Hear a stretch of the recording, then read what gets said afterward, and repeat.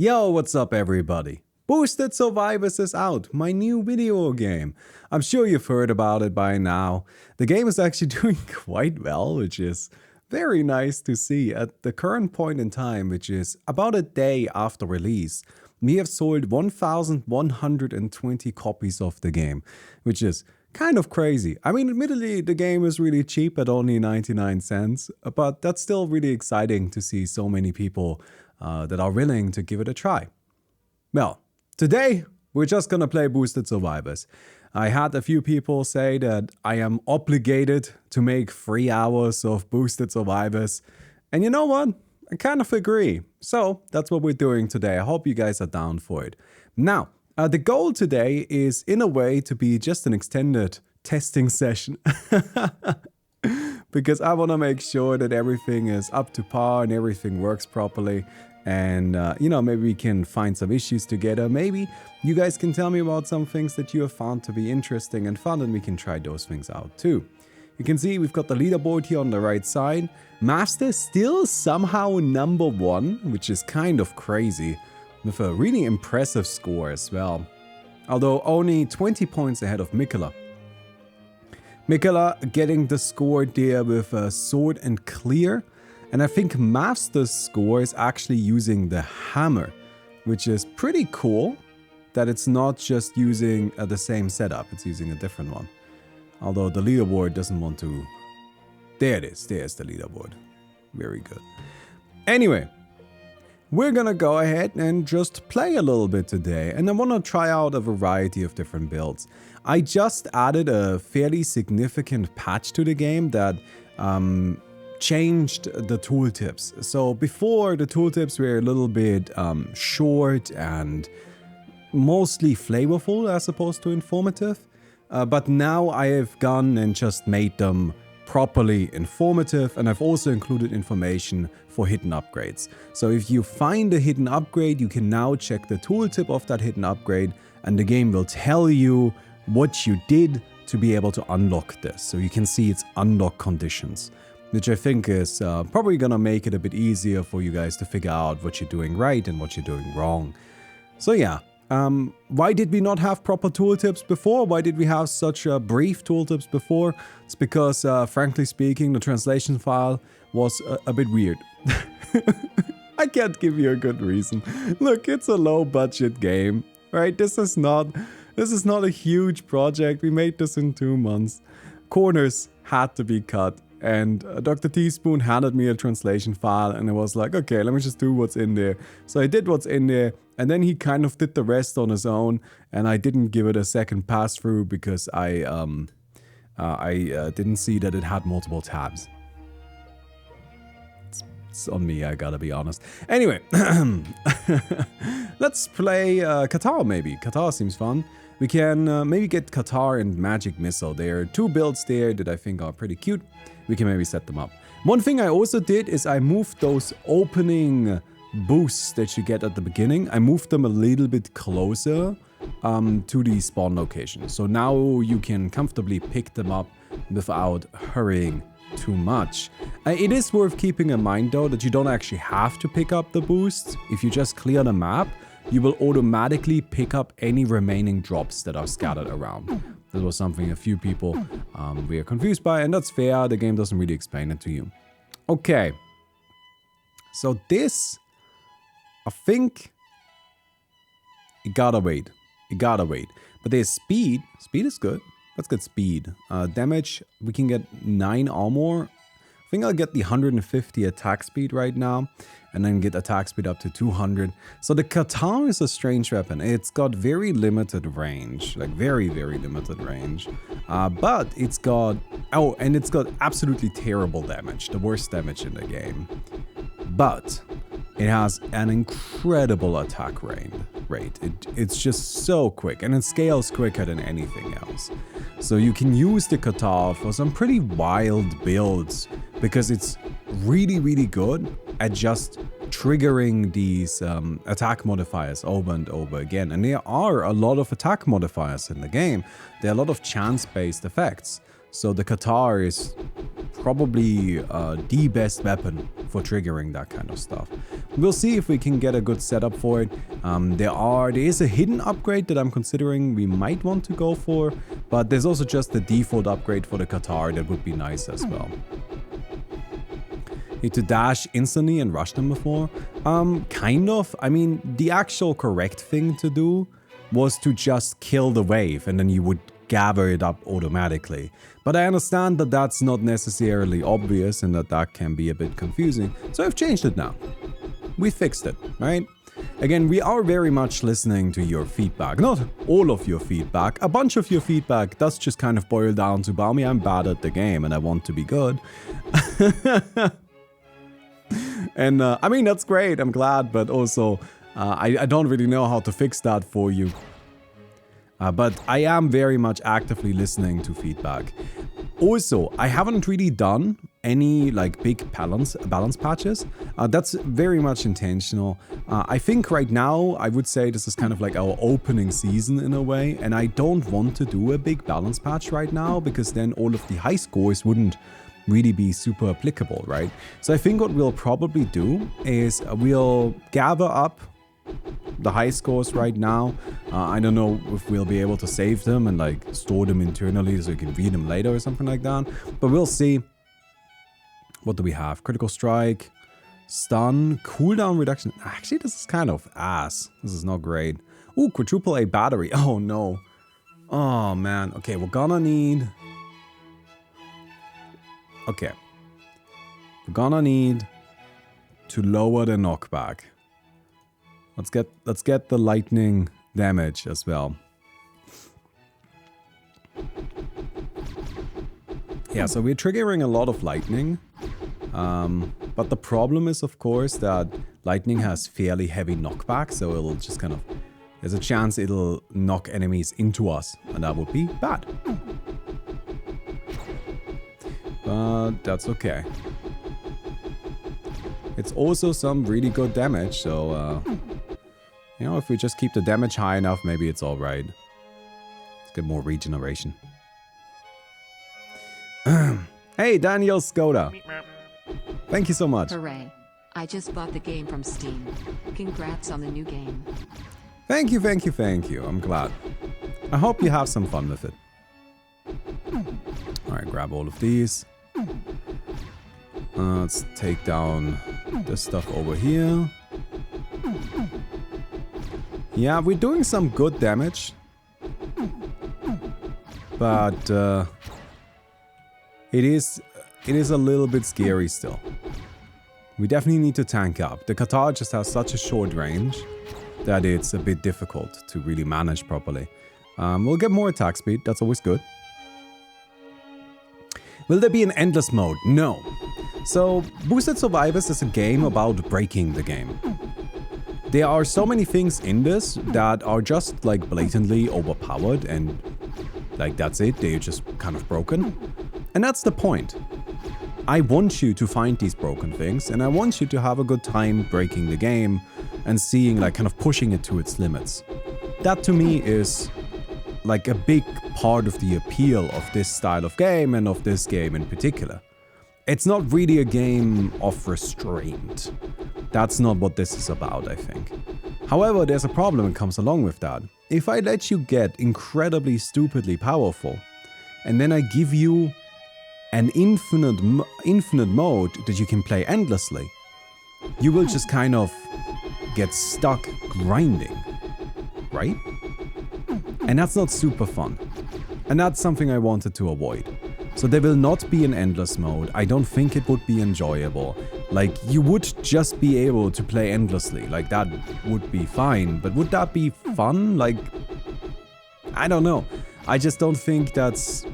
I don't think that's the experience I want for you, right? I just think you would not have a good time with it.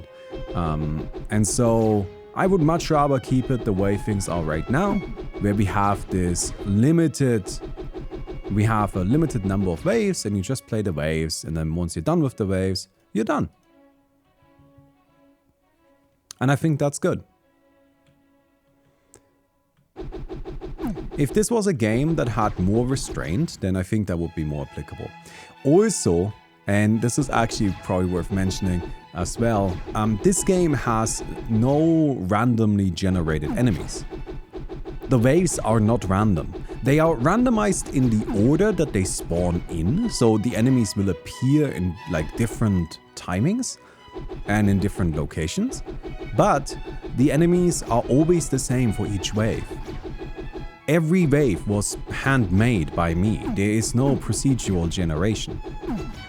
And so an endless mode would require me to either make infinity waves, which is not particularly realistic, or require some sort of looping, which isn't particularly fun, or it would require an implementation of a whole new system, which is outside of our scope. So you can kind of see, there are a couple of reasons why I don't think it's a good idea. Is there plan to port it to mobile? No. No, I don't, no. Sorry.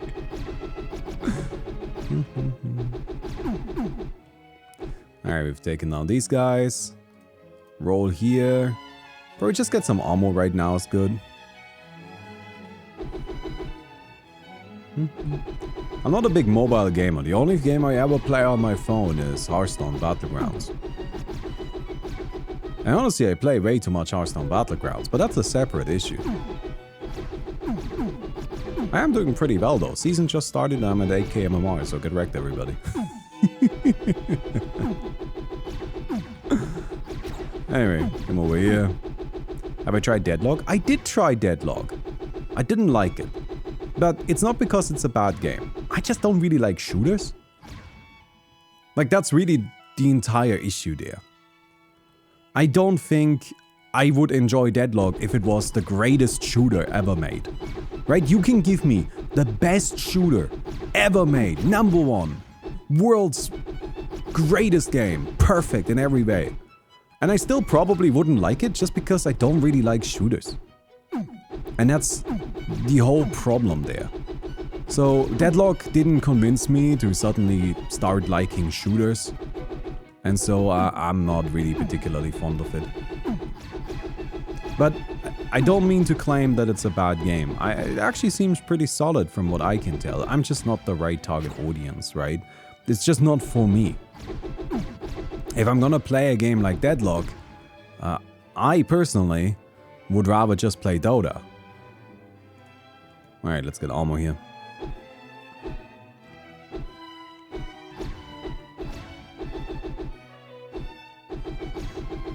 So yeah, don't expect anything Deadlock related from me. It's just not my style of game. Alright, come here. It's one of those things, right? Where like, you can give me the world's perfect, bestest horror movie. And I will still hate it. Because I just don't like horror, right? Like, I just don't enjoy it. Okay. We'll take down all of these. Man, the knockback is definitely something we need to fix. Oh, shit. Oh man, I don't even know if I want more lightning chance. Like, yeah, we're triggering a lot of lightning now. But is that good? I really need to fix the knockback. I would also really like it if we could get an upgrade for either our hero. If we could find warrior, that would be great. Oh, I'm dead. Ah! The lightning knocked the boss into me. Okay. Yeah, we knew this was risky, right? We knew it was risky. Alright, we're playing Sword and Rain. I'm just gonna do a bunch of random runs, I think. Sword and Rain is actually one of the strongest combinations. But not because of rain. Do we want to do the broken thing? Or do we want to do... You know what? I think I'm gonna go and try to make rain work a little bit. We'll just go ahead and see if we can do something with rain. Any busted shit from players yet? Or have they found a lot of bugs? I think that, like, so... So far, there's been only one thing where I'm kind of surprised somebody managed to make this work as well as they did. But there's been nothing that I wasn't expecting. Like everything that's in, like that people are using and are, you know, kind of like beating the game with was stuff that I thought, yeah, you would be able to do that with these tools. So nothing too crazy just yet. But yeah. So Rain is a pretty simple spell. It just deals damage to everything on the map. That's it. Once per second, deals damage. Doesn't do a lot of damage, but it lasts a fairly long time. But it also has kind of a long cooldown. But hey, still spammable. Let's get rid of some stuff. We don't need charges. So, Rain is kind of similar to the Qatar, as in it's a great tool for applying modifiers, but it's actually just kind of fine by itself, I think. Like, I think you can just take Rain and use it as a damage source. It just takes a little while to scale it up. If we get lucky, we can get Wizard. If we were to get Wizard, that would go a really long way.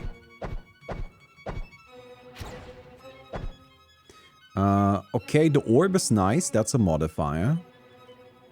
Shield of Courage. We don't really want to go for weapon modifiers. So what this does is it gives our spell a chance to apply Desolation, which I think all of you are familiar with. It's just armor reduction. And yeah, there you go. So it currently doesn't properly increase our damage just yet, but that's not because it doesn't work. That's because our damage is so low that a small percentage increase just doesn't actually manifest as a proper damage increase. So we're gonna need to increase the damage of it quite a bit more before we can really get a lot of value out of the Desolate. But it's okay, we're just gonna go ahead and up the Desolate chance a little bit. So the Dota reference, there's a couple of Dota references. It's mostly like, you guys know I'm not somebody who's big into referential media, I suppose. Like, I'm always more of a fan of like, let's keep our stuff self-contained. But Dr. Teaspoon included a bunch of things, and basically when I updated the text today, what I mostly did is I took all of the things that Dr. Teaspoon had and I just kind of like rewrote them to be a bit more coherent, but I didn't really change the meaning of it. So I left Desolate. He wanted to call it Desolate, so let's call it Desolate. Why not? Alright. We've increased the duration of our Rain, which is good. The damage output is still a bit lacking, but look, we actually have a pretty decent setup. I think we'll be quite well off. And it also helps that it increases our attack damage, which means that we're actually able to fight pretty easily at the moment.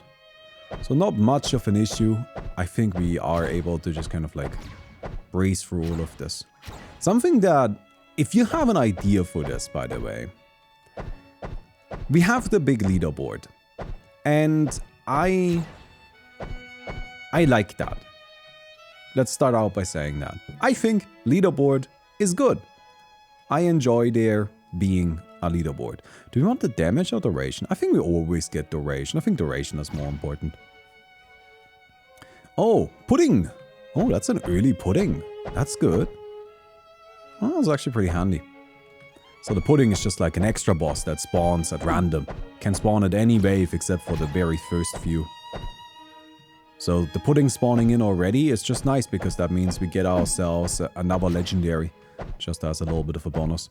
Sorry, so here's the problem with the leaderboard a little bit. I think the leaderboard is fun. It's nice to compete for a leaderboard.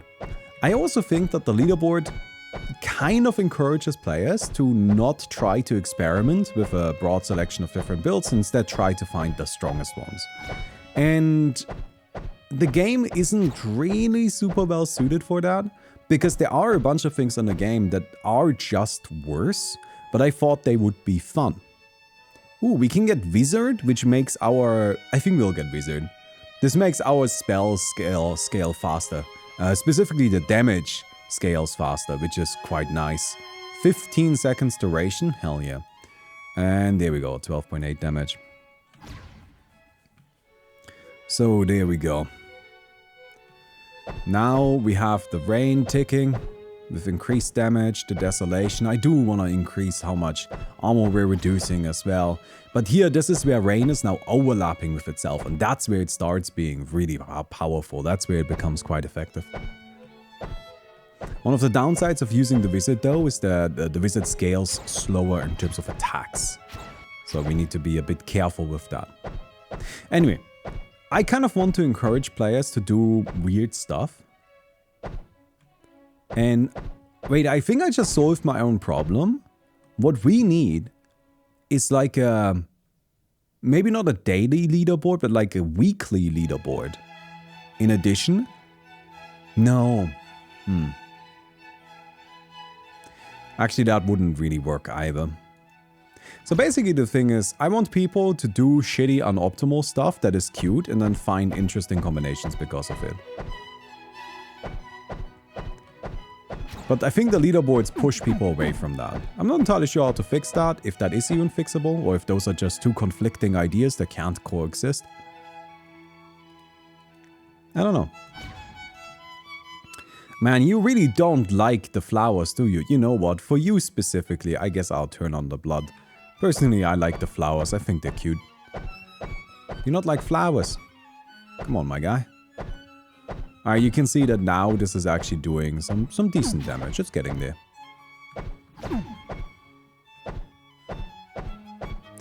Because, like, let's say hypothetically we were to do a leaderboard, and the leaderboard has, like, sword and rain listed. I think people would just, like, use the sword, probably, because the sword is stronger than rain. Maybe it is, maybe it isn't. I don't know. Ooh, armor. But I think I'm just gonna go for the desolation. I need to up my damage output still. Like, it's going pretty well. I think we're actually dealing really respectable damage. But, we can definitely still push it further. And with rain, I mean, just in general, who needs defense anyways? Oh, I'm gonna regret this, aren't I? Do we have an upgrade that uses the blood of enemies? We were working on something like that, but we couldn't really figure out a way to make it happen. Like, we had a bunch of ideas for such things. One upgrade we had for a little while that was kind of similar is we had an ability that made it so that the bog, sorry, not the bog, the acid pool spell could be upgraded to spawn bog, which is the swamp over to the left. And then deal swamp damage to everything that's inside of it. Which we thought was a really cool idea, but it turned out to be just like so stupidly broken. Like, it did hundreds of thousands of damage if you upgraded it. And then the only way we could really make it like not be super broken is by not letting players upgrade it. But then I feel like if I can't upgrade it, then why is it in the game, right? Like, this is kind of the whole point of the game, is that you upgrade stuff. So that felt a little bit bad, and so we didn't end up keeping it. Not everything can be upgraded, but, you know, generally I think it's good when you can. Okay. Yeah, this guy's not gonna die to the rain anytime soon, is he? That's okay. I mean, we're chipping away at him. Stop, stop, stop. I gotta get rid of everybody else first.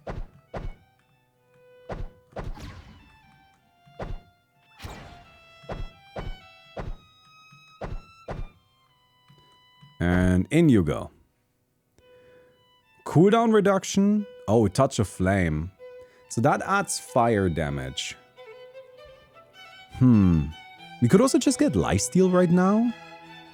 So the problem of fire damage, like fire rain is actually very good, but it doesn't like really synergize that much with the what am I calling, with the desolation. So I don't think it's that good. Vampirism is nice. This is just kind of healing, infinity healing. I think I'll get vampirism. It also opens up some other possibilities. Nice, 32 damage. Let's go. Cooldown reduction. Cooldown reduction could also have been right. Rain does not have a charges upgrade. So you can't just spam it with high numbers of charges. You need to actually lower its cooldown with the cooldown reduction upgrades. Which, by the way, that is that way because it had charges upgrades and God was it broken. But ultimately I decided rain is interesting enough by itself to not need that. It's fine to remove it. Alright, let's get more damage. So, yeah, you can see now, this is actually cutting through things pretty good. Like, all of the smaller enemies, they don't stand a chance anymore. And the bigger ones, they are severely weakened by the time they make it to me. Very good. Let's get more duration. Because more duration means we can stack it. Also, if you go into the next wave, while the previous rain is still going on, your cooldown refreshes and you can layer too. Is this a bug? Maybe. I don't know. I think it's cool, so I left it in the game. And by I left it in the game, I mean I didn't tell Dr. Teaspoon that we should remove it. Come over there. Very good. Yeah, I mean... Look at that. We can get Desolate Chance. I think we'll get that. So, we have Lifesteal now. We are already a wizard. Ah. Right, okay. So, we are already a wizard. I picked Lifesteal kind of hoping we could maybe go down the vampire path. But you can't be a wizard and a vampire at the same time. Naturally. So, that actually won't be something we can do here. Have a voting system for bugs? Let the people decide? No. Sorry. But people have completely unrealistic expectations if it comes to game development. This is something I've noticed, is that people just like have no idea what actually goes into game dev. And I understand that. Like, that's fine. Like, why would people know? But what's kind of annoying is that people always assume that they do. And that can lead to some unrealistic assumptions. Okay. Pick up this. This gives us an extra boost. Yeah, rain is just nice and calm and relaxing. We're just chilling. Mostly letting the rain handle things. At the moment, we are at a really good spot in power. So it's not much of a problem. Of course, as we go later into the game, the scaling of the enemies goes higher and higher. So enemies don't scale linearly, by the way. Alright? They scale not really exponentially either. They scale in the random arbitrary way that I decided they would.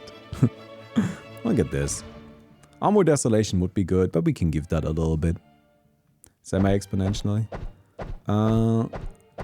Yeah, I mean, it's not really like a mathematical curve. Like, as I said, I did all of the waves manually by hand. So they just kind of scale in loosely a curve, but mostly just in a way that I felt seemed good to play. Like, there are some waves that are just like harder than waves that come after it. And there are some waves that are easier than waves that come before it. And that's very much intentional.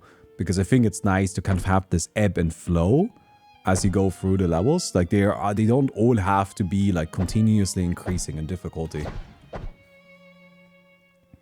Because I feel like that would just be not quite as satisfying. How many hours do you reckon you've played until now? Oh, no idea, honestly. For some reason, Steam isn't tracking my Godot data. Or, sorry, it's not called Godot. What was it called? Gadao? Something like that. It's got a really strange name and I forgot what it's pronounced. Or like how it's pronounced. But anyway, I'm just gonna call it Godot because I forgot the proper name. Apologies to all of your Gadao enjoyers out there. Godot? No, it's not Godot, it's with an A. Like, I know you pronounce it with an A. And it's like Gadao, something like that. But I don't think that's right either.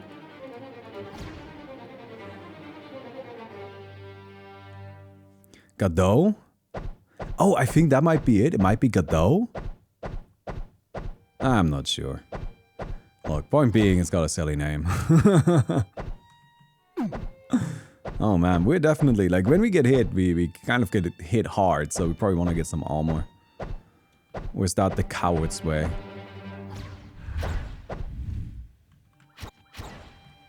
Come over here.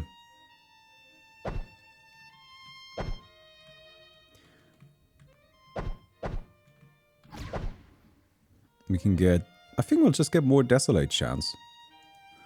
Alright, boss time. I'm a little bit worried about this guy, but we'll see. Well, the nice thing is, honestly, we can just kite endlessly. With Rain, we never really have to engage with our opponents.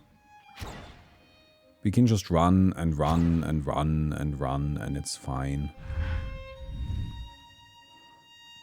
It's gonna take a little while to get the kill, but that's okay. Stab, stab, stab. Come here, bud. You know what the most interesting thing that happened during development for me personally was? At first, we had all of the enemies and ranged enemy projectiles just charging at the player.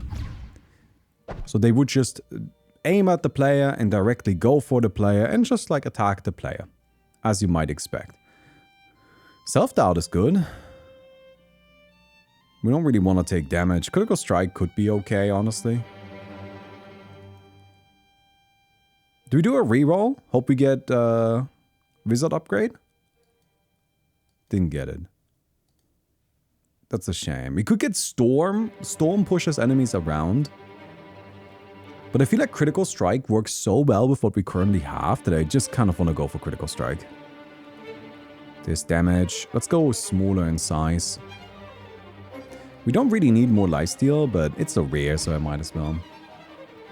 If you loop to the center, do you take damage? No.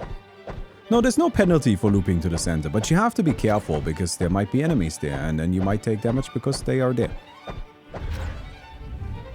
I just thought the loop to the center thing was fun and interesting. Dr. Teaspoon actually wanted to add a penalty to it. He wanted to make it so... Like, there was a consideration we had where we're thinking about making it so that if you knock enemies outside of the arena and push them through the edge, then they also loop back into the center. And then they take damage. But then I said, well, logically speaking, the player should then also take damage.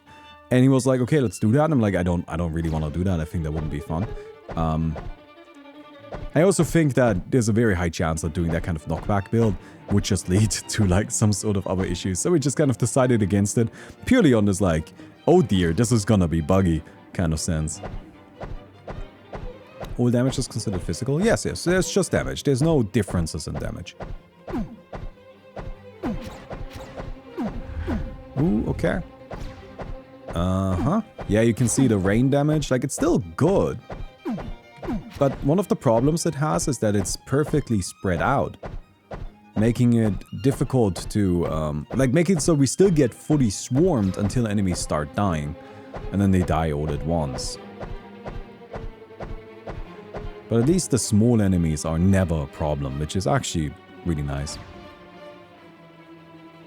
But yeah, we decided against having some sort of penalty for the looping around because I think it's just an interesting movement option and I don't want players to feel bad for using it. Right? It's like one of those scenarios where I feel like the advantage of having it is just like really high. It's really nice. It adds an interesting level of depth. And the advantage of adding a penalty to it just seemed really minor to me, where it's mostly just like, you know, kind of this like cost reward thing or like risk reward thing. And I just, I don't know. Let people be powerful, right? Let people just do cool stuff.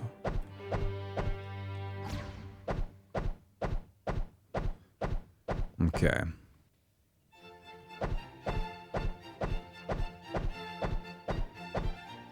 There's more desolation chance. Hey, I guess we're maxing that out. Oh, I'm so glad we're playing Rain against the snipers. That's actually so nice. Because the snipers are usually so annoying. They just sit in the back and shoot you. But now, yeah, you can sit in the back, but I'm still hitting you. So you can't just hide endlessly. It's not enough. Okay, critical chance. Yeah, let's upgrade that. That's a little bit of a bug. Not really. So you might have noticed that the critical chance right there said we had 115%. We didn't. It's just that the double damage upgrade you can get, the double damage drop, the temporary boost, that one works by just giving you 100% crit chance. And if you still have that active, when you go into the shop and then you have the crit chance upgrade there, it will tell you what your current crit chance is, which is your regular crit chance plus 100%. Yeah, it's kind of a little bit of a bug, but it's just like, it's one of those things where, again, you have to pick and choose your battles, right? Everything you add into a game is something else that you didn't add. Every change, every bug, every change that you make, every bug that you fix is something else that you couldn't do. And that was just something where, to me personally, I'm okay with it. It's just minor. It's not that big of a deal. But it is a little bit clunky. Ooh. Ooh, 160 damage? I need some armor. But not right now. Oh, we're not picking armor right now. Right now, we're just gonna keep sitting in the rain, my friends. We small? Yeah. If you ever want to see something funny, take your size and downgrade it to negative values. Just saying. It's very funny.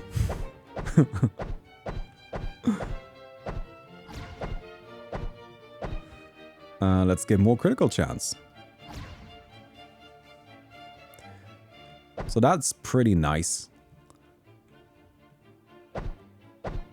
I would also like to increase the critical damage though to properly use it. Pick up you.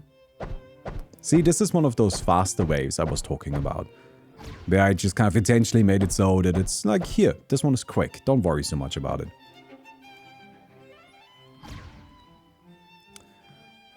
Okay. Those little snake guys, I call them regenerators. They have a healing factor. They heal themselves constantly.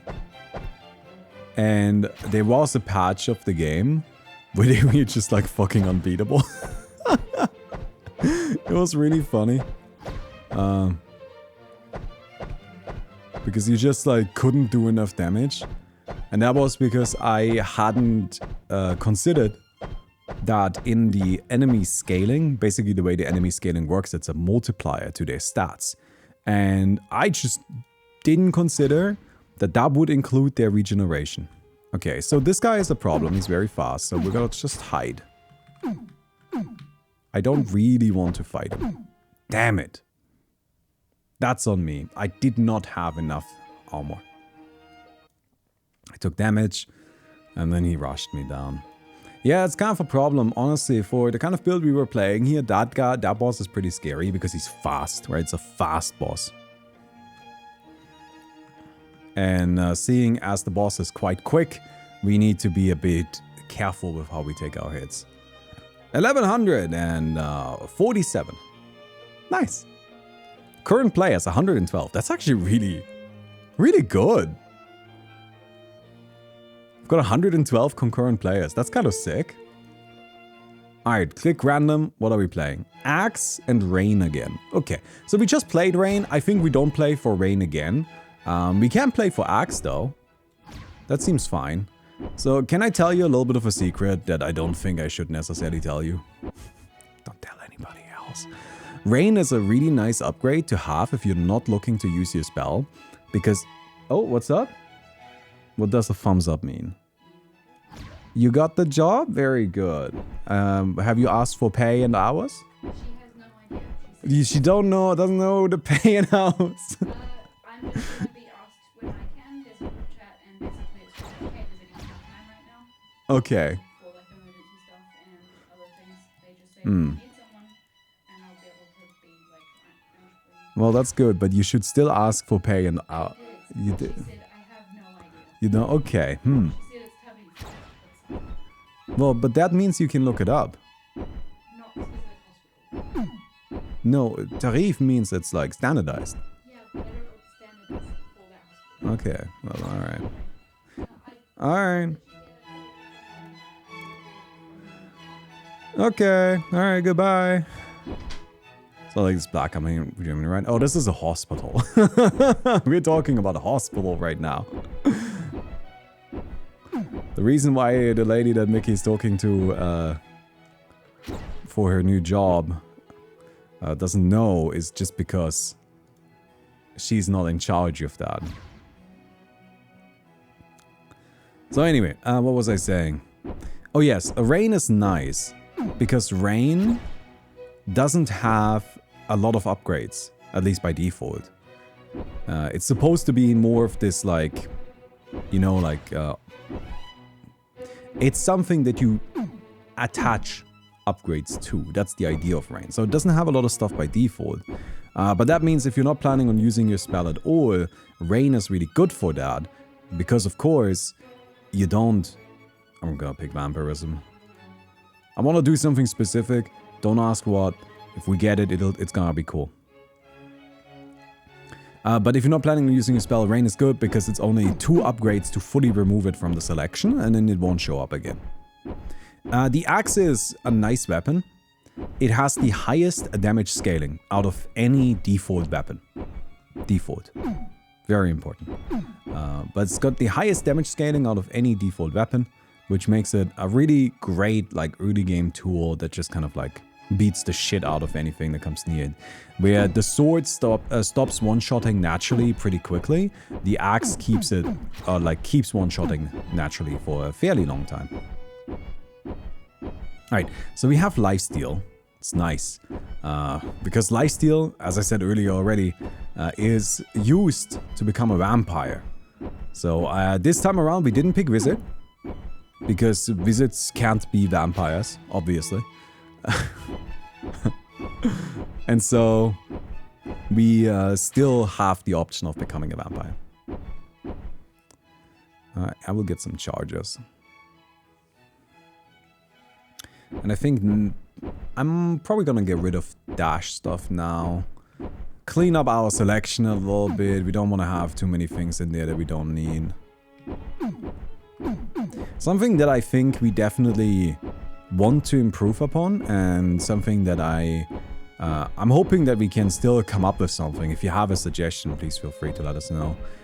But currently, there isn't really a build that works well with knockback. And knockback is mostly just useful for controlling the enemies. And like, it's good for that. Don't get me wrong, it does have its uses.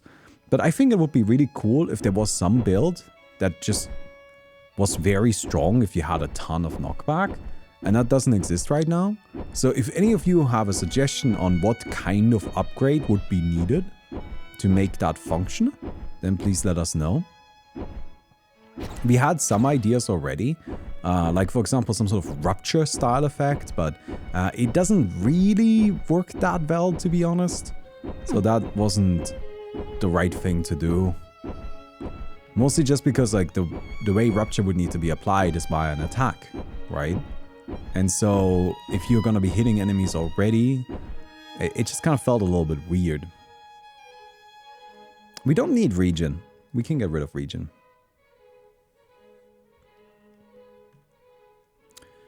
But yeah. Range is nice.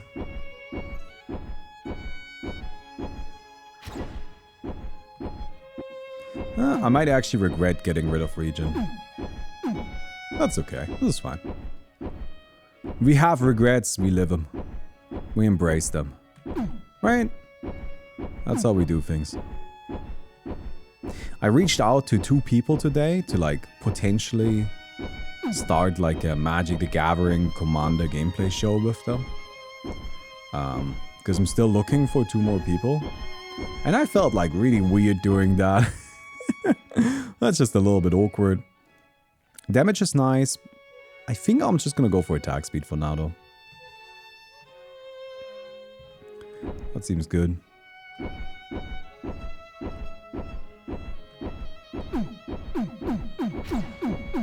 Okay, okay. Whew. This wave is actually really scary for the axe. Because the axe is actually a little bit difficult to hit small enemies with if they're charging at you like that. Because look at the way the arc works, right? It's really small next to your character. And that's it's just a bit of a problem. But we made it, we survived. Ooh. Gotta be careful, but we're still alive.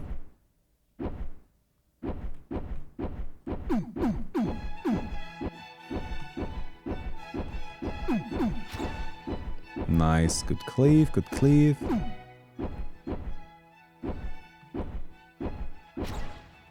We can get width. Width is good. I want enough width to make it a 360 axe. That would be nice. I just think that's funny. Very wide axe.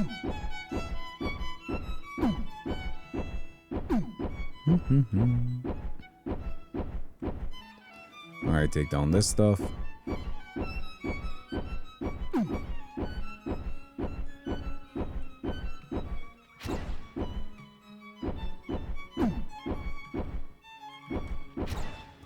Range? That seems okay.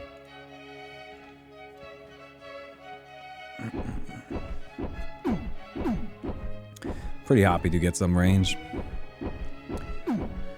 Yeah. So the plan with this game right now is we're gonna update it for a little while. But we're not going to like keep actively working on it for a very long time. Just to kind of like make that clear immediately. You guys know that I am pretty happy to finish up projects. Arguably a little bit too excited to just get done with stuff. But yeah, I'm somebody who likes working on new things. And if something is in a spot where I feel satisfied with it, then I am fine moving on. We definitely need some armor. Now the question here is what to move on to. Basically, we could just like make a version 2 of this. We could make Boosted Survivors 2. Or the other idea was to make like a different style of boosted game. Because really the whole point of Boosted Survivors was to kind of be a proof of concept that you can take the boosted upgrade system and just kind of like slap it into a game and it's probably gonna be fun. And I think that that worked. Like that was true and effective. Oh, we got it! We are vampire! So, gain enormous lifesteal and powerful upgrade paths, but constantly lose health. Unlock condition, lifesteal bigger than 0. Can I say one thing really quick? When I was writing these unlock conditions there, I, at first, had them lifesteal equals 1. But I was worried that people would interpret that as lifesteal has to be 1. If your lifesteal is 2, then you can't get it. But the way these work is that you are okay if you have more or less than the upgrade condition. So when I say more or less, I mean if the upgrade condition is a positive value, then it's fine to have more. And if it's a negative value, then it's fine to have less. So it's really at least 1 lifesteal. And yeah, I don't know. I thought that was just kind of something else a little bit tricky. So I decided I'm just gonna write it as you have to be lifesteal bigger than 0. So all of the conditions, instead of being lifesteal equals 1, they are now lifesteal bigger than 0. Or instead of armor equals 1, they are now armor bigger than 0. And I don't know, it's a little bit clunky, I have to admit, but I also wasn't sure what else to do. Alright, so we are vampire now. Oh my god! Am I a genius? So the vampire is supposed to have negative health regen. But I deleted health regen. I didn't even know you could do that. That's actually so sick. Get absolutely wrecked.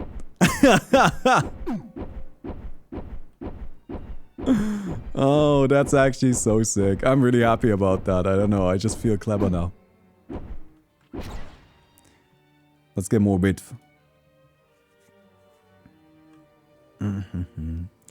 But yeah, do you think if I had written unlock condition is lifesteal equals 1, do you think people would have thought that it needs to be exactly 1? Or would they have figured out that it's in, like, that's the minimum required? I think people would have thought it needs to be exactly 1. So I went for the slightly clunky way. I don't know. I could have, of course, written something like an equals and greater sign, or I could have written at least, but all of those felt long and strange, so I decided against them. I feel like ultimately my solution works, although I feel like maybe there's a better solution still. Let's get armor. Oh, so much width. Coach just said requires positive lifesteal. Yeah, okay, so but lifesteal is an easy one, right? Like, where this is where you just need lifesteal. But there are upgrades that aren't as obvious. There are upgrades where you need to have your weapon to be a certain range or a certain width, or you know what I mean. And for those, that's a bit trickier, I think, to just like simply describe like that. Yeah, look at that cleave. That's sick. We want more range, so that we're just like hitting everything even harder.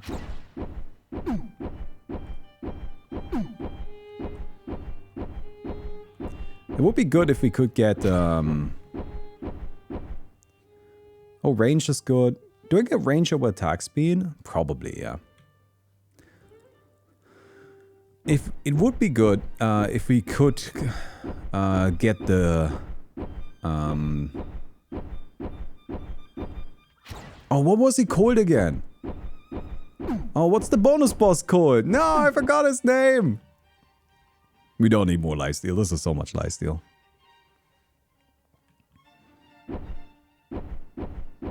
We're not one-shotting? That's okay. I'm fine two-shotting stuff. Pudding. Right. Yes. We need a pudding. In my mind, it was a cookie. And I'm like, no, it's not a cookie. It doesn't look like a cookie. It can't be a cookie. That doesn't make any sense.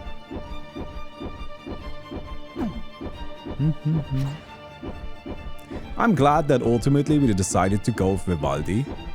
There was a moment of time where I was absolutely just kind of like, just no music, it's fine. We just have no music.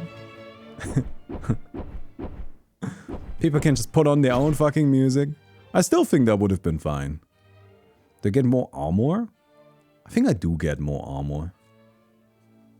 I want to tank up a little bit. In the next shop selection, there is a chance that we get something really, really spicy. And if we do, then I don't really want to go for... I don't want to over-invest into damage right now, basically. Oh, that sucks. I'm not getting both, am I? I would rather get the boost than the level up if I had to pick. So I'm happy with my choice. I am a little disappointed I didn't see that this was happening earlier. Classical music should be copyright free. That's not how it works. So with classical music, the... first of all, classical music is still being written, right? There's contemporary classical music. Classical music is a genre, not just a descriptor of old music. However, what you are saying is, shouldn't like old classical music be free, be copyright free? And in a way it is actually. Like a lot of those old classical pieces, like for example Vivaldi that we're listening to right now, they are in the public domain. You are allowed to freely take those songs and do whatever you want with them. But what's important here is because they are still in the public domain, or just because they're in the public domain, doesn't mean that every performance of it is also in the public domain. If you were to go and perform Vivaldi, if you were to perform the Four Seasons, then your performance is still your performance. You still own that, you still have a copyright on it.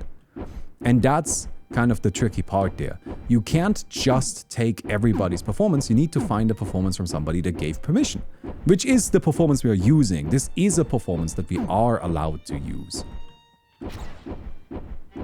But it's not as simple as just anything that is classical is fine to use. Okay. What's the smaller, bigger size do? It just makes your character smaller. Or bigger.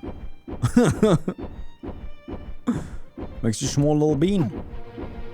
Or big boy. Yeah, I'm just getting some attack speed because attack speed is actually a little bit tricky to get. And our damage is fine, so can just go with that.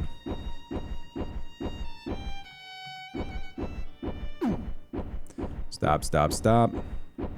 Yeah, I kind of need to get myself into motion again, I have to say. I have been a little bit unproductive over the past, I would say, 3 weeks or so. Where after I finished up the Stories of Dota video, I spent a little while working intensely on this game, but then that was also mostly finished.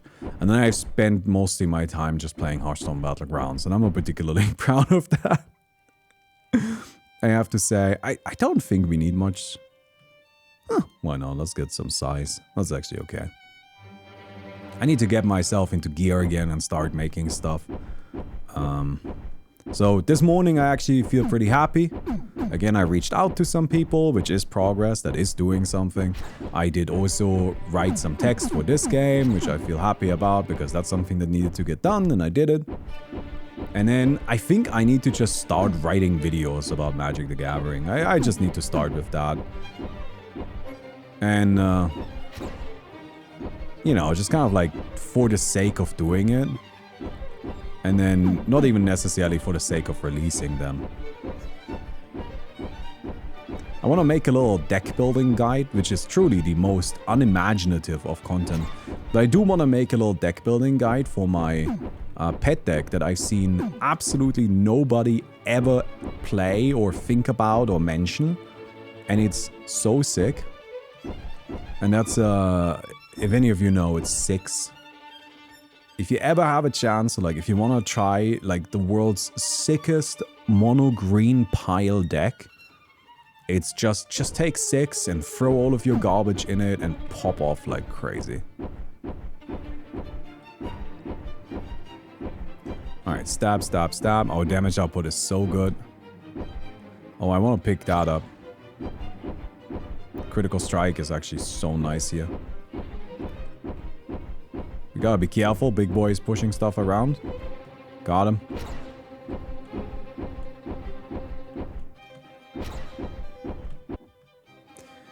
Okay.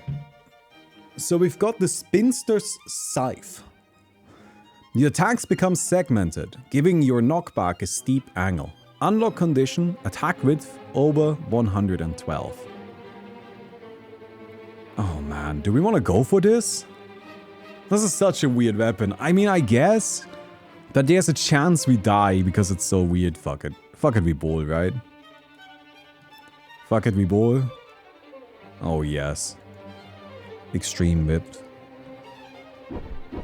Oh my god. Oh, it's so strange. Oh no. Oh god, what is this weapon? Okay.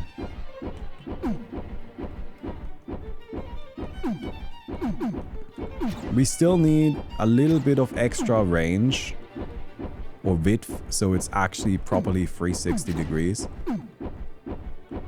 And I also need range. But, so the huge advantage of this weapon is that it just kind of like...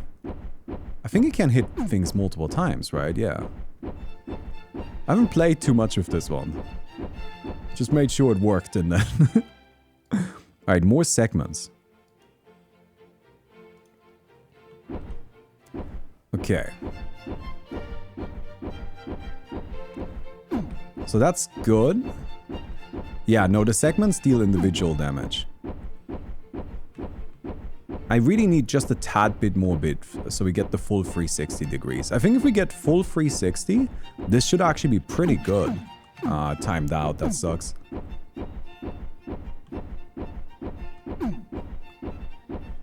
Nice. Something I really liked about this project though, I loved how it was such a small scope that it felt like we were making a lot of progress all the time, right up until the point it was done, and then we were done. And I think that was very enjoyable. I really liked that.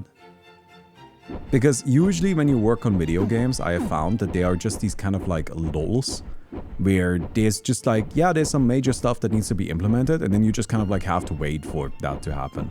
I mean, obviously the programmers are having a bit more of an active experience, but I'm not a programmer, so I don't have that, right? And they're just kind of like these periods of like major implementation where it's just, you gotta just do the thing and then nothing happens and it feels slow and tedious and it's just part of it. Like, and it's fine, it's not really a problem, but I liked how this didn't have that because it felt like we were always moving. Just add segments without adding width? Oh yeah. That's what it said. It said that it adds segments. I didn't say it adds width. Width is its own thing. We gotta get more width. What a strange weapon. I mean, I like that it's strange. I think that's a good thing, but yeah. Range or width? I think I'll get the rear upgrade for width. Knockback angle. I think I'm just gonna roll this. Roll it again. Alright, more range. I think range is actually quite valuable here. Oh my god. Yeah, look at this. This is actually gonna be crazy.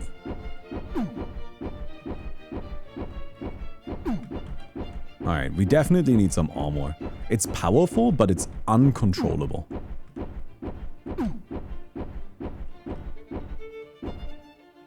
Alright, come over here.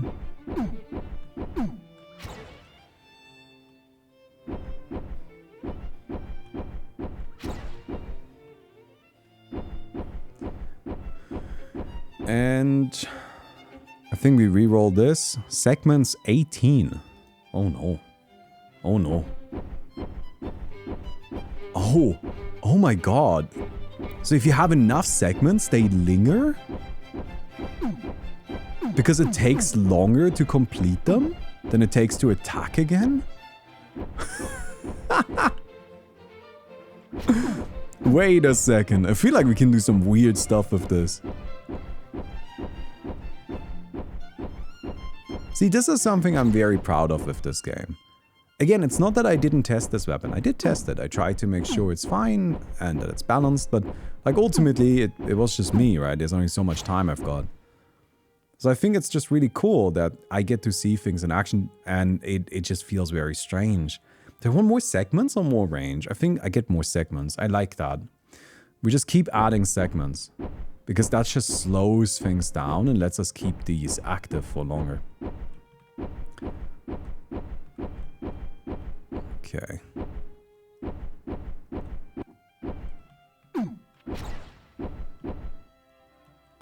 And there we go. We definitely want width. Definitely want width. I think that should actually probably be our main priority here. Let's get that full width. And we also probably want more armor. I mean, luckily this still does a huge amount of damage because it's just... well... it's still the axe. Although, it's a scythe now, I guess. Get the level up. Nice. Get some armor. The angle knockback. Yeah, I wonder if we can change the angle knockback in such a way that it'll like loop more easily. But I think first we want to just get 360 with like 360 degree angle on it. I think if we have enough width, then it'll kind of do some silly stuff already. I don't think I care about these. Yes, that's good. Range. Let's get another rare range upgrade. Is that it? It looks pretty good. I don't think it's quite 360 degrees. But it doesn't seem super far away. It doesn't knock enemies just way the fuck away from us. I think I deleted knockback. Kind of regret this now. Alright, here's this guy that killed us earlier. Well, now it's not gonna be a problem. Because this guy is just gonna get murdered by the... yeah. Nice. That boss isn't particularly tanky. It's just fast. It's actually got some healing too. So the difficulty with that one isn't about like killing it, it's about killing it before it kills you. Each of the bosses are slightly different. I know that they are ultimately, they don't seem super different, but they each have a little bit of a concept associated with them. Oh my god, we got it. This is the dream run. Elder Vampire. Attack faster, deal more damage, get more powerful spells, gain incredible lifesteal, but also rapidly drain HP. Unlock condition Vampirus. Now this one makes it so that you have terrible health degeneration, but it gives you enormous power. But of course, we've already deleted health regen, and if that theory is correct, then we should just be fine. Nope, we died immediately. Okay, Dr. Teaspoon, I think we might have found the bug. Oh, man. Okay, so that's not how it's supposed to work. I don't know, I just died. I didn't even lose, I didn't even de-regen my health. Look, I'm not gonna tell you that that's how it's supposed to work. I don't know what happened there. I just fucking died. So we'll look into that. Yeah. I wonder if it freaked out because they don't have HP regen or something. Huh. Very weird. Alright, random. We've got the axe again, but magic missile this time. Sure, let's play magic missile then. We're not gonna go for axe. We just played axe. We're gonna go for magic missile and crash the game. That seems to be the plan. I'm just gonna start by deleting some stuff. Because with magic missile, you need to be pretty precise in what you pick up. It's actually a very, very powerful build in my opinion, but it is, I think, a very skill testing build. And of course, that's kind of a bit difficult for new players, which is everybody.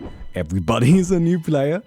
But that's definitely a bit of skill testing because you just, or like it's a bit difficult because, you know, how would you have the skill? How would you have the necessary knowledge to be able to use this properly? So I've seen a few people call magic missile weak. I strongly disagree. I think magic missile is unbelievably powerful, but it does require you to know some stuff about the game, and that definitely is a burden that's kind of difficult to meet at the moment. It's a ranged build. Yes, this is the only properly ranged build. But it... Let me just see if I can set this up properly, right? It does, of course, also require a bit of luck. But that's just what the genre is, not even just the game.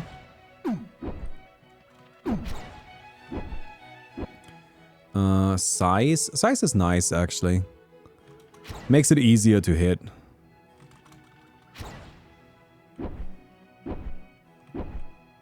Alright, take down you. Very good.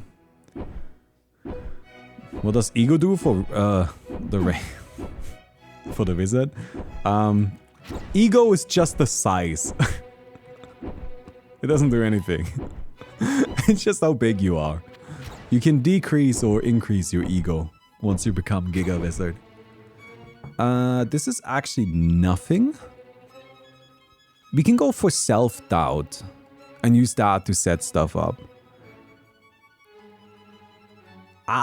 We could also go for a Crown of Swords build. We are getting it really early right now. That wouldn't be Magic Missile, but we can do Magic Missile later. Okay, I'm gonna leave it up to you guys. What do you want to see? Do you wanna go for a Crown of Swords build, which we have? Or do you want to try and see if we can set up a Magic Missile build, but we didn't get it, really? I think we can just do Magic Missile later. Like, that's fine. We can just play Magic Missile at a later point. I think I'm gonna go for the Crown of Swords.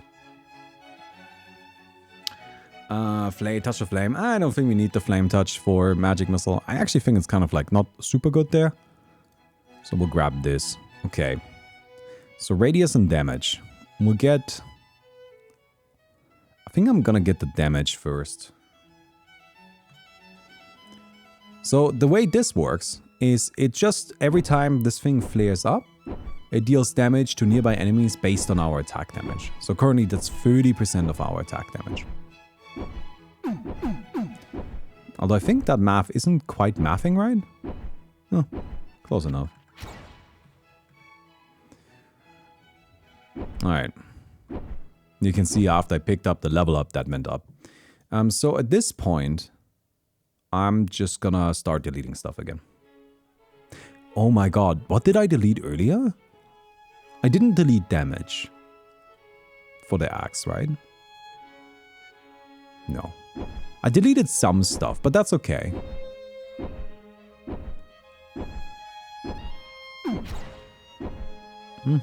Size. Oh, I don't care about that. I think I deleted knockback as well, but that's not a big deal.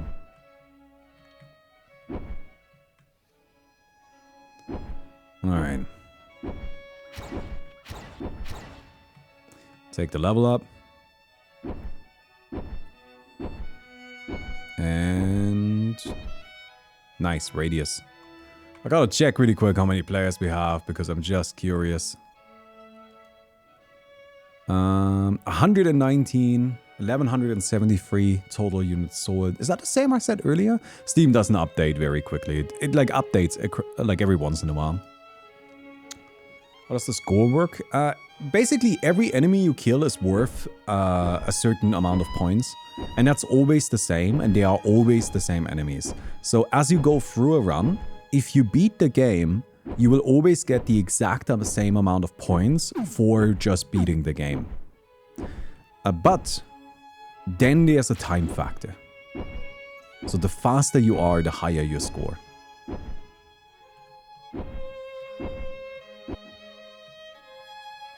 I am gonna get rid of this.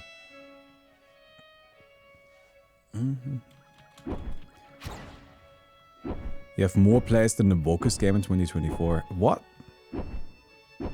I want to be the Vocus game. What is this bullshit? Can't believe somebody else is more woke than me. Oh no. Grab this.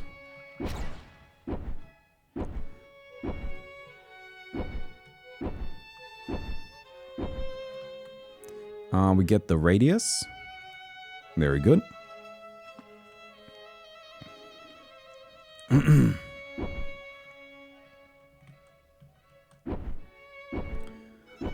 Yeah, we're just gonna kind of upgrade this. So the goal here is we're not really gonna use our attacks, we're just gonna use the Rain of Swords. The Crown of Swords. Sorry. I have to say, I'm not sure how I feel about people comparing us to that. So, I know... So, but something that's been happening a lot is that people are saying that, haha, Baumi, your, you know, tiny game is more successful than Concord, which is this huge, you know, properly made, properly published game. And, like, I get that that's kind of funny, but I generally don't really appreciate the comparison to those kinds of games. Because you gotta keep in mind, our game was made in 2 months, and it's like made by 2 people, and it's 99 cents.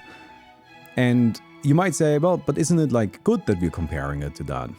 I can see why you would think that, but to me, honestly speaking, it still feels a tad bit, even when you're just joking about it, like that comparison has like the tiniest bit of merit, right? Like you wouldn't make this comparison if you didn't at least see similarities, while to me these are so fundamentally different in what these, like these are products that are so fundamentally different that I find that comparison to be already very flawed at its like baseline.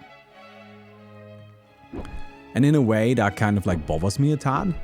I find that to be just a tad little bit annoying, because if you actually have a look at the people that are giving negative feedback for the game, a lot of the feedback is actually centered around expectations that I think aren't reasonable. So like, for example, there are people that want us to have like a larger variety of like visual styles for the enemies. And I'm just kind of like, okay, are you gonna make them? Right? Like, it's just the kind of thing where it's like, again, this is a very small game. I think, honestly, for what this game is, we have a, like, actually a really impressive amount of different enemies, like visually different enemies. So they're just like complaints that get levied at products like this, and it doesn't necessarily just have to be us, but just at like small independent products like this that compare them to large-scale professional productions, that I find to be just like fundamentally unfair, and so it bothers me a little bit even when it's done jokingly. I'm guessing at the moment a lot of people are requesting a mobile version. That's another example. Like, people are saying, make a mobile version. I'm like, how? How? Right? Like, it's not that easy. I can't just go into Godot or whatever it's called and say, like, a fucking open command prompt and hack into the code to make a mobile version. That's not how it works. Can someone tell me what Desolate does? What does Desolate do? Desolator do? Come over there.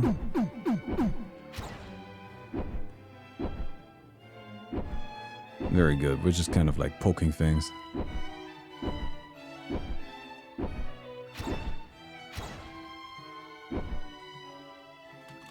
But do you kind of get what I mean when I say that I think, even when done jokingly, I find these comparisons to be just kind of like not particularly appropriate?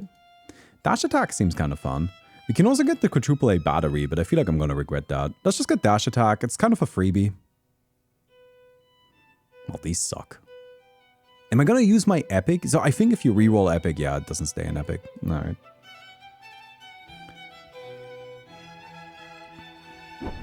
Speed? I don't know. I don't think I need it. So I have dash attack now, which is another way for me to attack that isn't actually attacking, which is nice.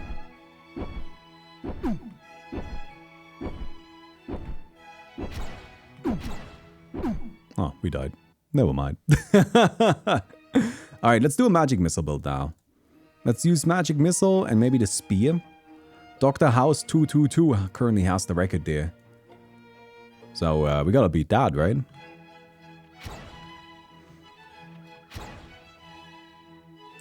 Yeah. Okay, we need to actually do well on one of these runs. We've been losing too many of them. Apologies. Charges is good. Speed is good. We get rid of this, I think.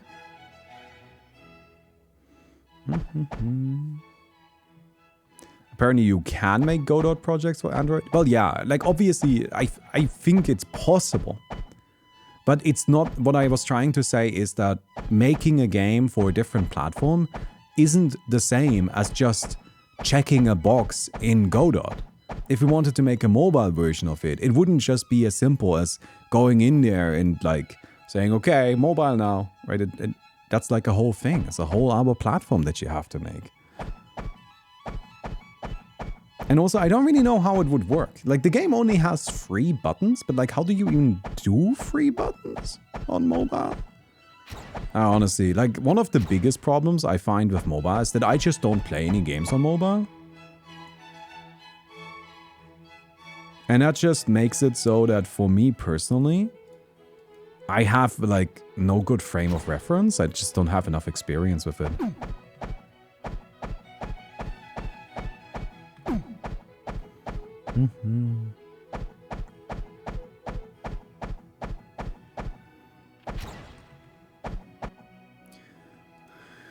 All right. Yeah, why not? Let's get some damage. That seems okay. But if it's in mobile, you can add ads and make some money. Yeah, but I don't want to. I don't want to make money. I want people to have fun with the game.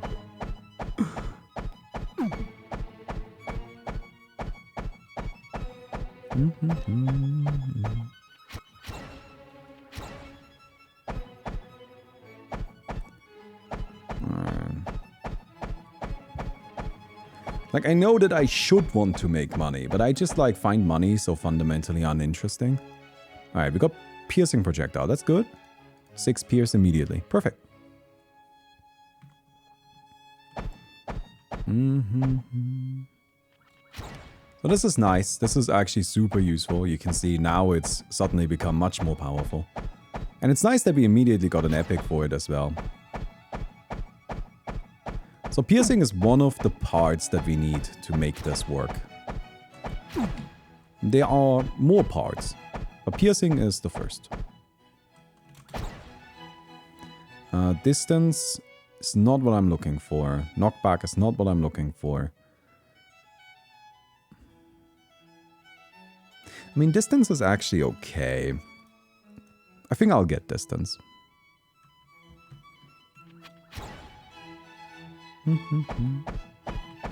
Mobile game is easily pirated. Go ahead, pirate the game. Look, if you can't afford 99 cents, pirate the game.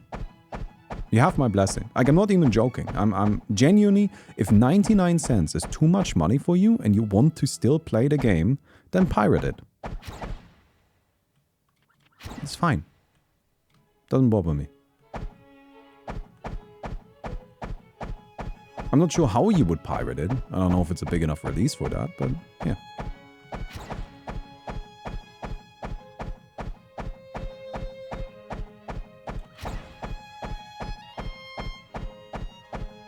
But that's how I like generally feel about like my like game releases. However, there's an exception there, right? So like there's a thing. First of all, if you genuinely can't afford the game, I would much rather you pirate it than you try and like get it from some sort of reseller. Don't buy from resellers. Just pirate it. It's okay. Like it's fine. I don't mind.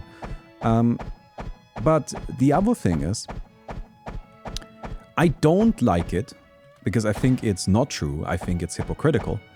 And people say, oh, I'll pirate something first. And then if I like it, I'll buy it later. No, you won't. Don't lie to me. It's fine if you just don't want to pay. I mean, I'm not super happy about that excuse, but at least it's honest. Right?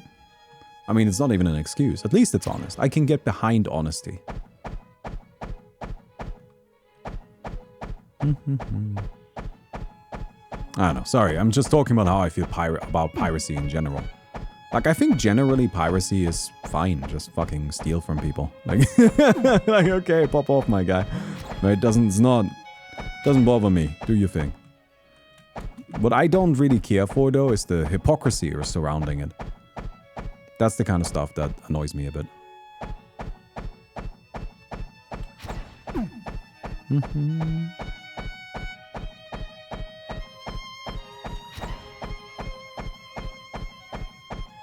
I need more charges. Yeah, our magic missile does a lot of damage. But still a bit hard to hit. But that's okay.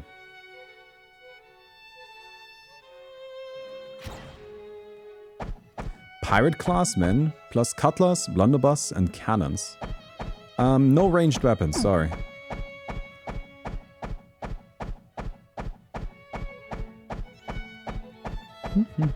The game does not have any ranged weapons. Unless you count magic missile, but I don't really, that's a spell. It's different. If you're saying that the cannon should be a spell, I think that would be funny. I can kind of get on board with that, with making something that is clearly not a spell be a spell. That's funny. I support this.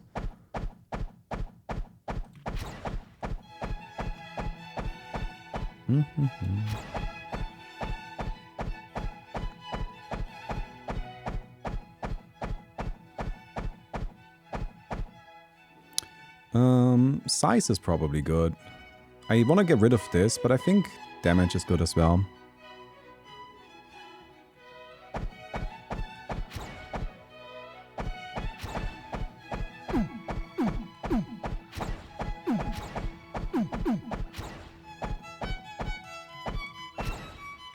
Alright.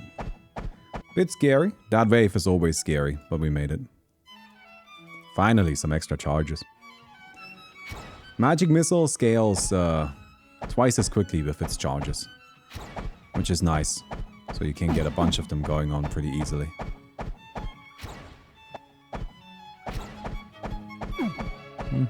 Can I tell you something that's a bit annoying? It's completely unrelated to the game. Completely unrelated to the game. So I have a bit of a skin condition, right? It's not a big deal. I just have really dry skin, and it, like, technically speaking, I am in chronic pain, but it's not a lot of pain. And also, I have found a specific medical lotion that fixes it. Like, if I just use this lotion regularly, then I'm in no pain at all. I'm totally fine. However, the thing that's kind of annoying about it is that I always have to buy it. And it's not super cheap. Like, it's not crazy expensive. I think it's like $8 a bottle. But I use a lot of it. Because, you know, I need to use it like every other day, basically. And that's just kind of like something that's been bothering me, because I feel like, you know, that's like really a medical thing. Shouldn't health insurance cover that? So I went to a doctor. Yesterday? No, 2 days ago. No, yesterday. I went to a doctor yesterday. And I asked, hey, can I have this covered? Can you like write me a prescription for this lotion or for something similar? And the doctor said no, because they are not allowed to write prescriptions for over-the-counter medication. And I'm like, okay, so is there something that isn't this, that has a similar effect that you could write me a prescription for? You know, I'm not specifically attached to this brand. And she said, no, what we would need to do is you need to go to a dermatologist, and then the dermatologist needs to give you a diagnosis. And then the dermatologist, like based on this diagnosis, needs to kind of basically custom make a lotion, which he can then give us the recipe for. And then we can make a prescription for that custom made one, which then the pharmacy can do, and that the health insurance company will cover. And I listened to that and I thought, isn't that just super unhinged?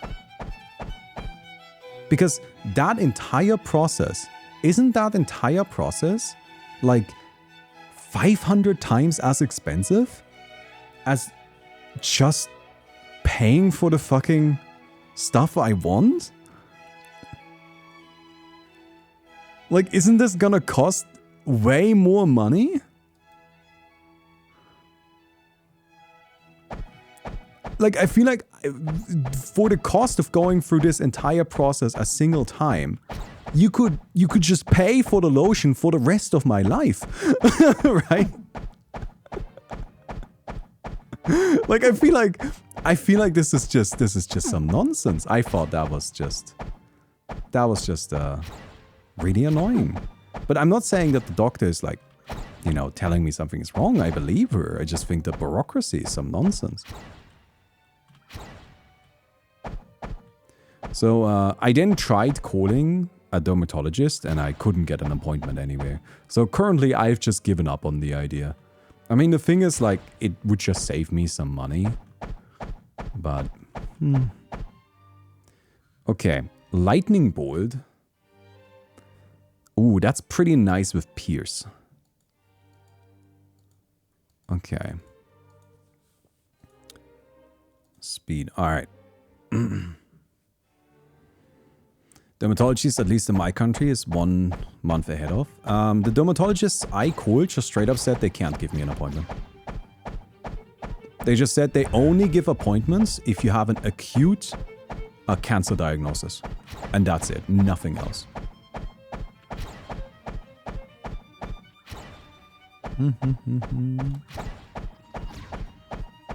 Alright, so we have lightning bolt now. When our magic missile hits an enemy, it summons a lightning bolt. So we ideally want to scale up the lightning damage now, not just the magic missile damage. Because lightning has the advantage of having a radius hitting things multiple times.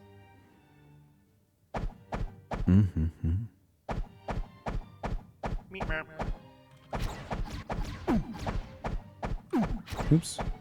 Oh no, oh no.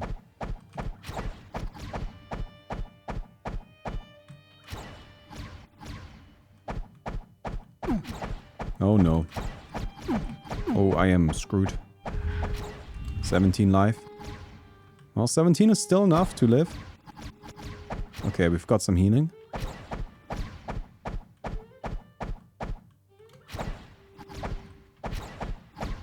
Okay, we're good. Hey, Shao Yuri, thanks for the Twitch Prime. Did I already say that? Sorry, I got a little zoned in with that last wave, but we made it. We survived.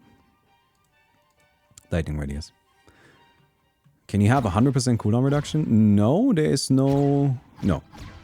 Cooldown was an upgradable element for a little while, but we very quickly came to the conclusion that that is too overpowered. Like, we are okay with letting people do overpowered stuff, but cooldown reduction just made the game trivial. You would just get whatever spell you wanted to use to 0 cooldown and then just spam the shit out of it, and it just broke the game every single time. And like, there's a limit to like how broken the game can be for it to still be fun, right? And that wasn't fun. That was just... It just made the game trivial. The lightning's not a chance. Not for magic missile. Magic missile lightning is guaranteed. But usually it's not super effective because your magic missile will only hit one enemy, right? But we have pierce. So one magic missile hits a lot of enemies.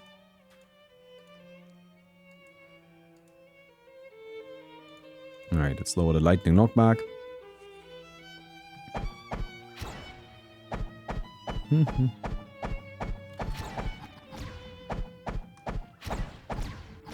Right, some pure with dry skin. No, so I guess I can actually, like, if in case you're curious. So Mickey and I believe that I have a skin condition that's called Ichthyosis vulgaris. I remember this by thinking of a rude dinosaur.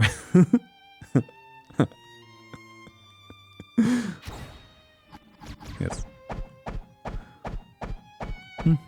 Which is a pretty, like, it's not an uncommon condition, but mine is probably, like, it's not terrible, but it is slightly worse than, or like, it's probably a bit on the worse end of normal, if that makes sense. So it's not awful, I'm fine. I always like to stress that, you don't have to worry about me.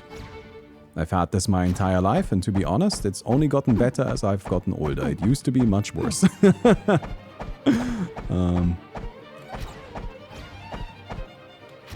But yeah. It used to be pretty bad. Like, when I was a teenager, I had these incidents. Well, incidents sounds kind of weird, but anyway. I had... sometimes my skin would crack on my feet. So, like, on the soles of my feet, the skin would crack. And when I say it would crack, I wouldn't mean that there was, like, a slight, you know, like, oh it's slightly, you know, like, open or whatnot. I would have these, like, wide fissures that would just, yeah, they were horrible. I don't know how else to describe them. They fucking sucked.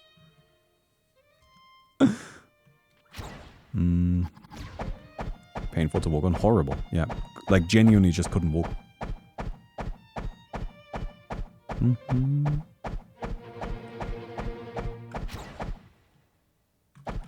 Man, you guys are kind of annoying. I can't tell you anything without you making it about Dota somehow.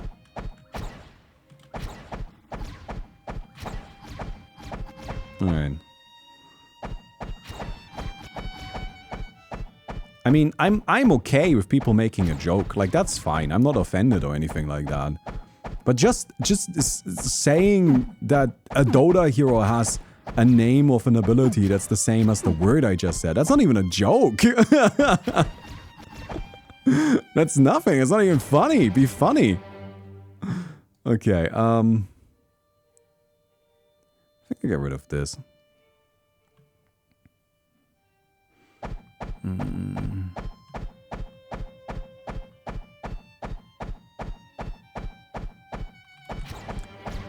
Yeah, this is working pretty well, but I think we want to reduce the lightning knockback. Because the way it works out is that it, like, just kind of knocks people towards us, knocks our enemies towards us. Oh, did I not finish a thought I had earlier? Well, I mean, certainly I do that all the time, but like a specific one. Because didn't I mention like how at first enemies, we had the enemies just charge at you directly and throw their projectiles at you directly. And it felt really weird. Like, the enemies felt super unnatural and super, like, like targeted in a way. And I mean, obviously that's what they were doing, right? So it makes sense that they felt that way. But the game just felt a little bit weird, like artificial in a way. And so what we did is Dr. Teaspoon added like kind of a fuzzy movement to the enemies and a like slightly off-center targeting to their ranged attacks. So the enemies are now slightly missing you most of the time. And when the enemies come charging at you, they are constantly like recalculating their movement, I think. And they're like slightly adjusting it to where you are. Which means they don't come charging at you directly. Instead they will kind of miss you again, adding just this like little bit of a layer of inconsistency. And then with these two changes, they started feeling a lot more natural. Which, if you think about it, makes sense, right? But it's just not something I had really considered that much.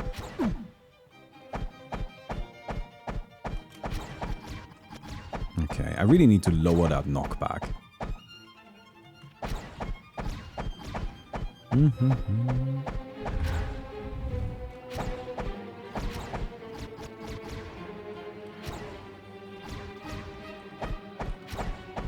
Alright.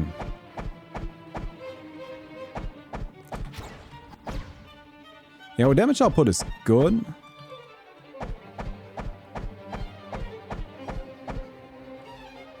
More lightning damage. I think I want just more size, honestly. Just make it bigger. Makes it much easier to connect with. Alright.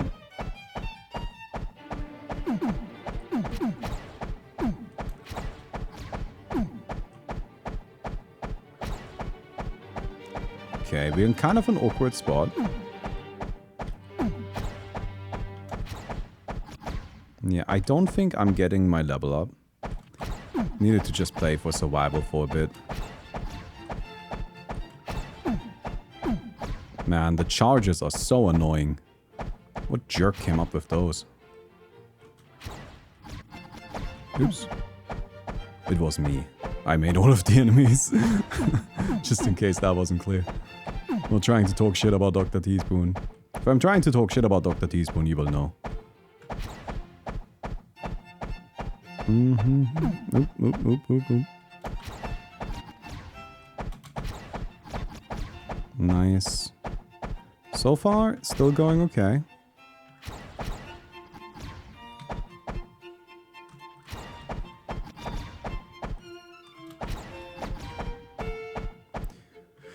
Ooh, that was a tough wave.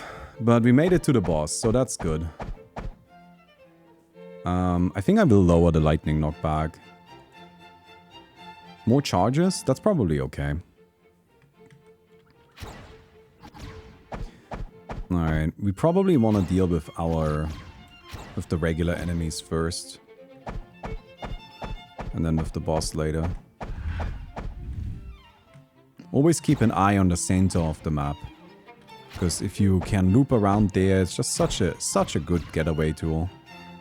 Right, like right now I can go here. Ooh, good hit. Nice. That was a really good one. Got him already. Super sick, super sick. Yeah, that guy can be pretty tough to take down, so that we got him this quickly. It's huge. Alright, let's hope we get some good stuff here. I'm looking for one upgrade in specific. We didn't find it. This is not it. Quadruple A battery could work for us. So could Wizard, but I think I will reroll. Okay, we got homing. It's not what I wanted, but it's actually pretty okay. So now we need to level up homing, and we actually need to reduce the speed of our projectile. Okay.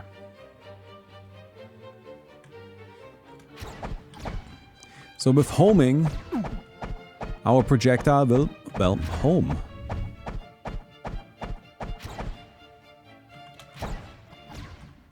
Oh, that is so much better immediately. Oh my god. Don't be at the corner. That's where enemies spawn. Good damage, good damage, good damage.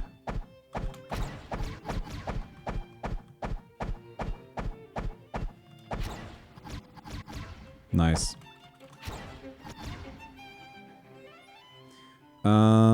roll. Roll again. Didn't find anything. Get more lightning radius. So, a really good... Oh, shit. A really good way to make use of... Am I dead? No, I'm not dead yet. To make use of homing. No.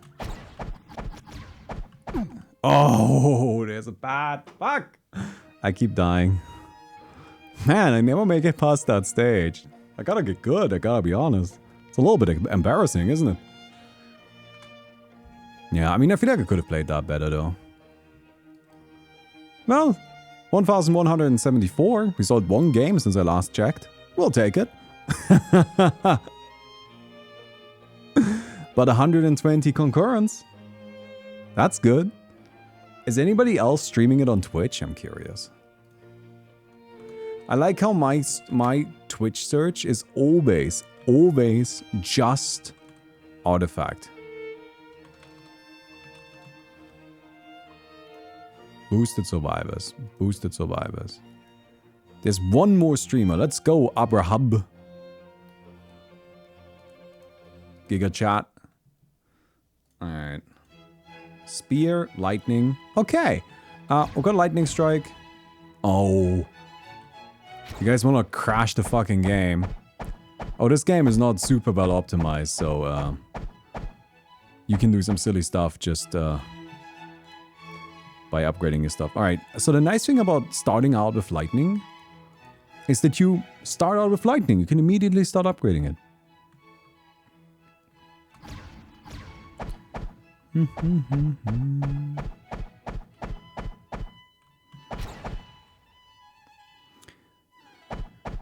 What was I saying? Oh no, I was probably going somewhere with some thought, but I lost track of it again. I gotta get myself like an actual good run sometime. Charges is good, but I think we'll get this for now. Oh yes, the artifact category. I always check the artifact category, so like if... I find it so funny, every time I look for something on Twitch, my most recent search is always artifact. Because I don't know, I just like seeing what's going on over there. I just think it's hilarious. You want to have a look really quick? Sorry, I gotta check really quick what's going on in artifact. Jojo? Dr. House? With Forsen in the corner. Yeah. What is this? The Office? I don't think I can show you any of this because it's all copyrighted stuff. That's Bleach. Is that Bleach? No, that's Naruto. Ah. So if you want to watch Dr. House, JoJo's, what is this? I don't know what that is. There's a bunch of other anime too. Is this Parasite? I think that's Parasite. That's a good movie. If you want to watch Parasite, you can do so right now in the artifact category on Twitch. It's a good movie. Is that Parasite? Well, actually not entirely sure. I don't even know why all of these streams are going on, to be honest. Like, it's so weird. There's this, like, whole community dedicated to illegally streaming movies, specifically in the artifact category.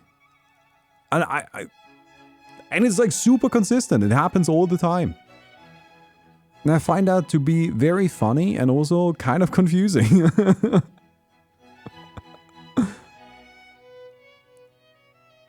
Is this Parasite? It's definitely something Korean. Oh no, that sounds like I'm being racist. Sorry, I just like one of the actors looked like the guy from Parasite. And it might be the same actor, right? But the rest of the scene I don't recognize right now. I don't think it's actually Parasite. I think it's a different Korean movie. Anyway.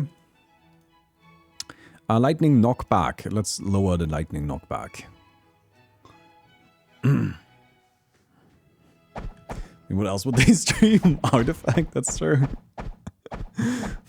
That is a good point. What else would people in the Artifact category stream? Definitely not Artifact, that's for sure.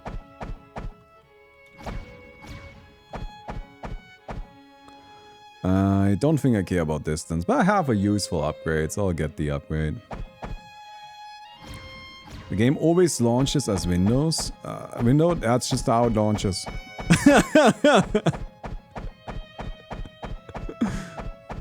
That's just how it works. What you're requesting, my friend, is a save file, which is something we don't have.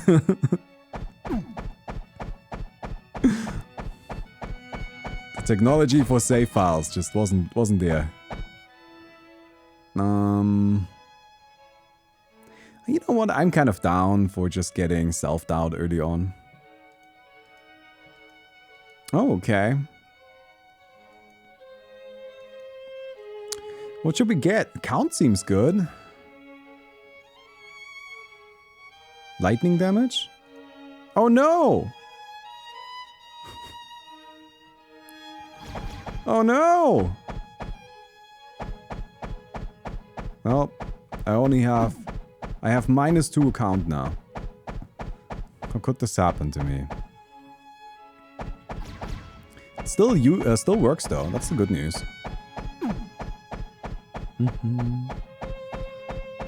You know, I watched a show recently, and by watched the show, I mean we watched, like Mickey and I, we started watching it and then didn't finish it. What was it called? The 8 Show, which was like was like a Korean drama, and Netflix like kind of, you know, gave it the same advertisement style as Squid Game. So the whole implication was that it's supposed to be like Squid Game. And I watched it, and at first I thought it was really interesting. Like, I thought it had like a fun premise, and it had like an interesting like little game style associated with it that I enjoyed. And then it just became horrible. It became this like nihilistic, just like horrible torture porn in a way.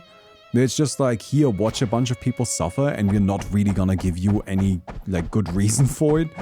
And it's just very strange, and I would not recommend it.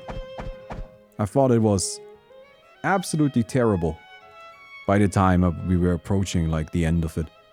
I found that to be kind of disappointing. But yeah, there's this kind of like problem I see with a lot of these movies and like shows, I feel, that have this rebellion against the system in a way, right? It is just like, we live in this society with this absolutely terrible, terrible system. And we need to now like kind of do something horrible within that system to survive. And something that I think those kinds of stories often get wrong is that they forget to actually fight the system.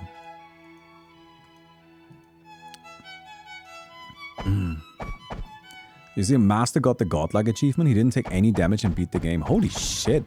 Master is like the best player in the world, I guess. What the fuck? Who saw that coming? Alright, pick this up. Man, I wish I had my lightning spell still. I invested so many points into it. Well, mistakes happen. There's one manga that I have like sung the praises of so many times, and that one is Ajin. And Ajin is this like really kind of like silly... It's not silly in the way that it's funny or goofy, it's actually pretty serious. Like, it takes itself fairly seriously. But it's not the kind of story that like tries to tell anything like super huge, anything super revolutionary in terms of what it actually is about. But something I find really interesting about Ajin is that in Ajin, you still have this horrible government, right? And the government isn't actually the main villain. The government is sort of like part of it, but it's not the main focus of the story. The main focus of the story is actually about trying to stop somebody who is fighting the government. And usually you would Well, when I say he's fighting the government, it's like the main story of Arjun is really about stopping a terrorist.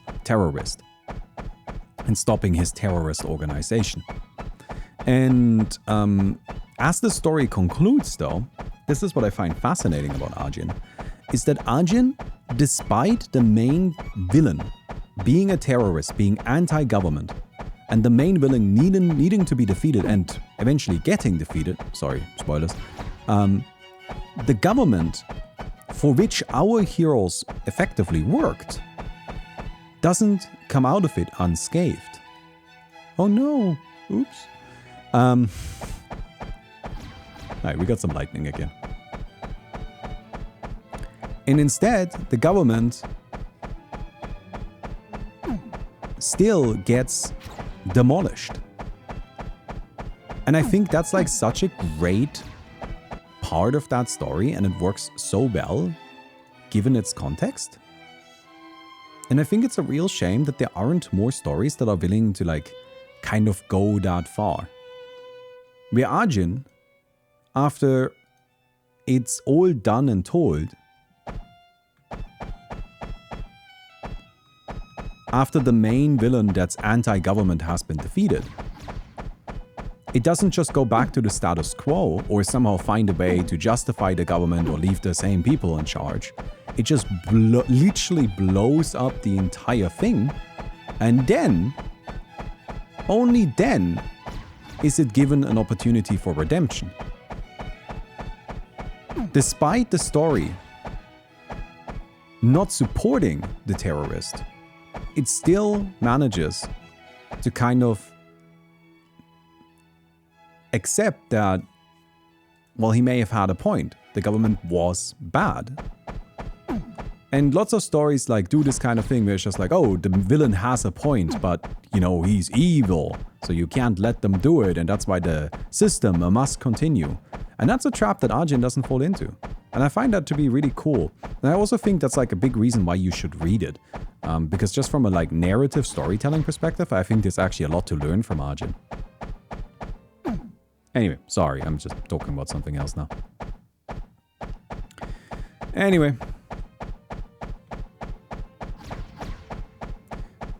Good damage there. I want to get this. Yeah, I've managed to downgrade the lightning knockback pretty significantly, which is nice. It's not super important, but I think it's handy. Lightning damage is great. And I think we just go for more lightning damage.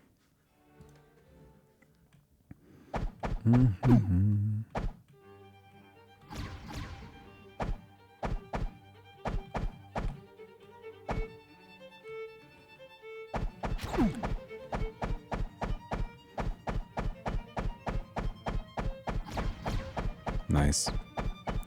Yeah. I just like being able to control the situation a bit better.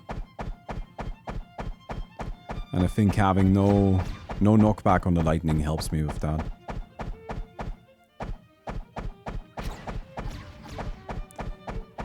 You can get negative knockback if you want to. Kind of sucks people in, which is fun too.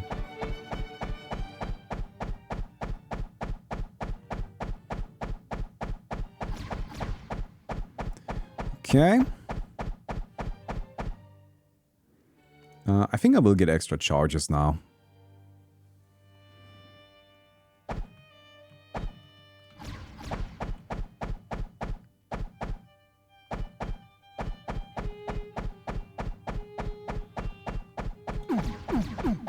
Oh no. Probably should hide up here a bit while we get rid of the chargers.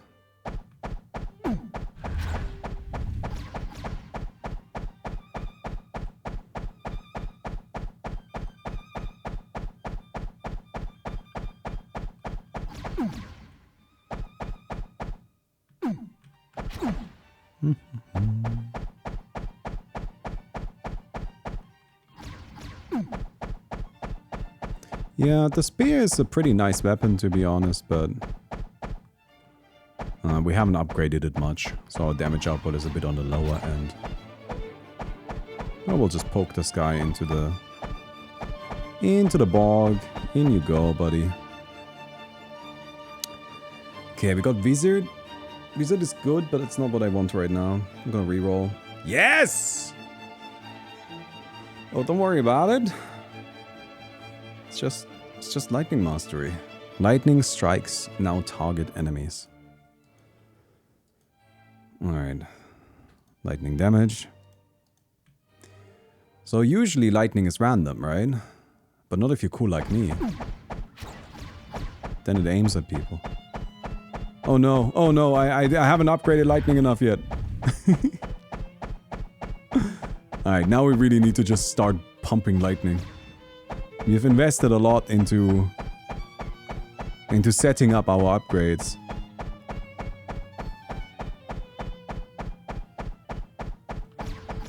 There we go.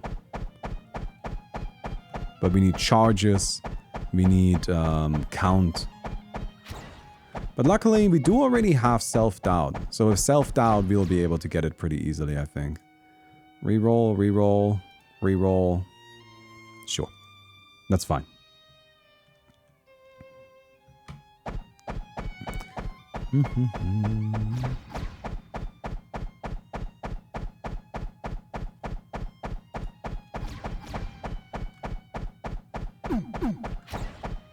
Okay. I have to upgrade the charges of my dash as well. Currently I only have one, which is very limiting. I think having 2 charges of dash is just so much better. But yeah, you can see with our lightning mastery, we're now using precision strikes. That kills things pretty well. Oh, wow. Okay, I guess 8 charges, why not? I think clear is the best. Clear is very good.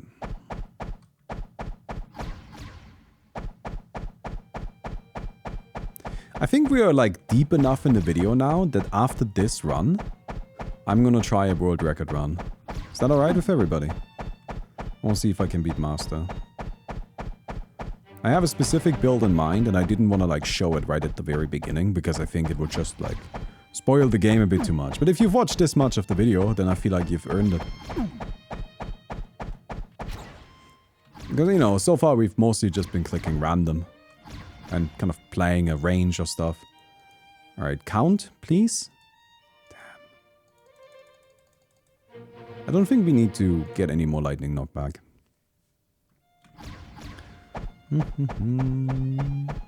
Alright, there's a bunch of these guys, that's fine.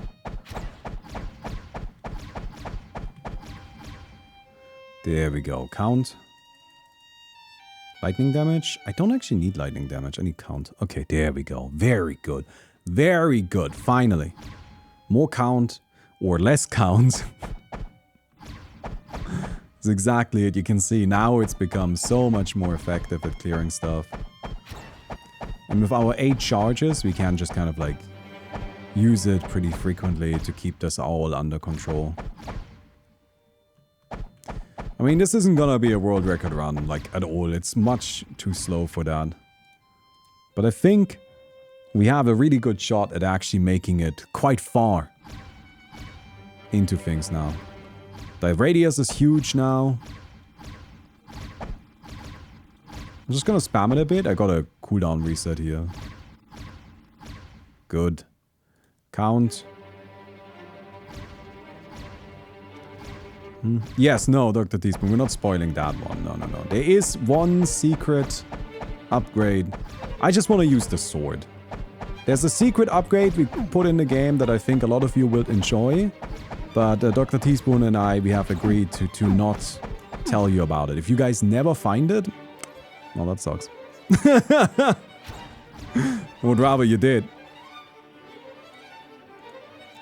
Alright, more count.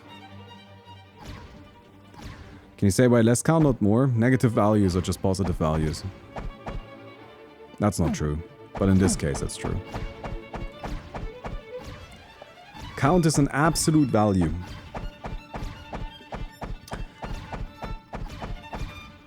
Nice. Don't really need more charges. Lightning radius. Lightning radius.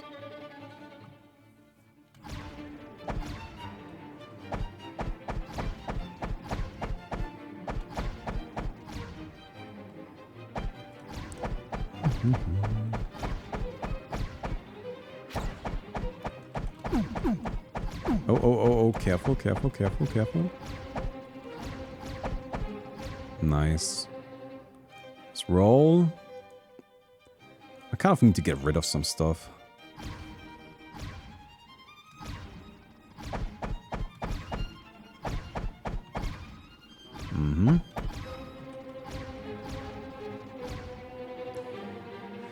The orb, cooldown reduction, stunning rose.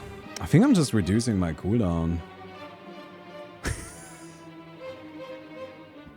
I feel like there's something a little bit weird about this one. That doesn't seem right. Alright, well, I'll just get this. Lightning radius. Alright, so lightning is absolutely enormous now.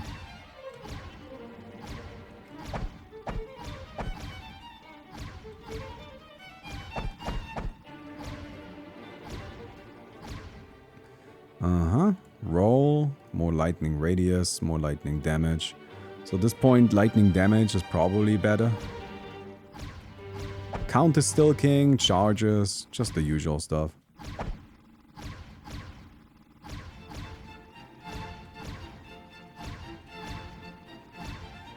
Get more damage. Very nice.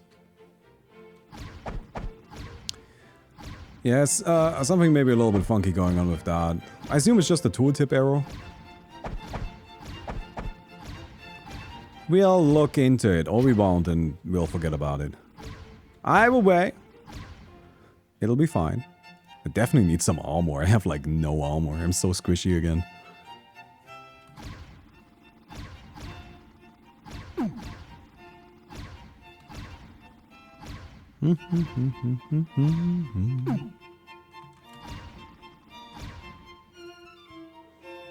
Get more charges. Hey, Billy William, thank you very much. Oh, the game is absolutely underpriced. But I was just like, it was more important to me that people play it, right? But the thing is, all video games are underpriced.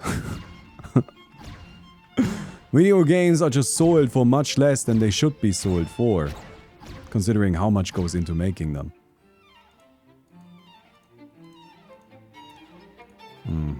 Grab this.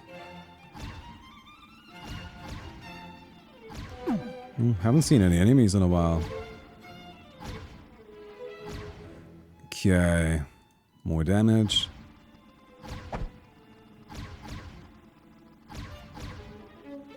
Yeah, we can just kind of nuke him down now.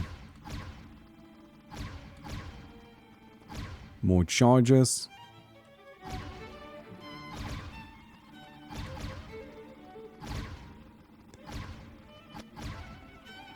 Okay, good. More charges.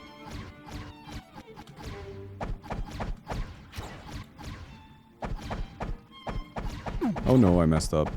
Oh no. Oh no. Oh man, okay, alright.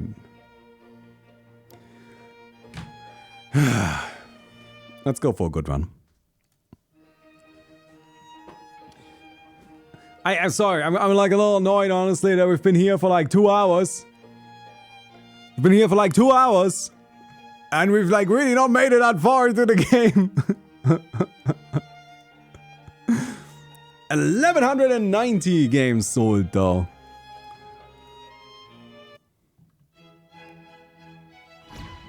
So yeah. So remember earlier when I said that the rain is good because it's the upgrade that has the least, or like the spell that has the least upgrades. And that means you can delete it really quickly. And that's what we're gonna be doing with this build.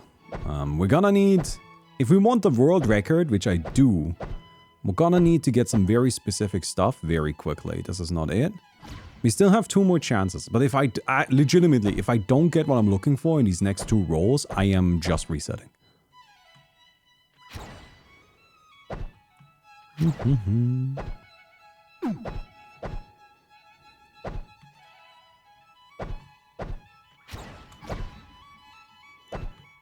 Okay, that's good.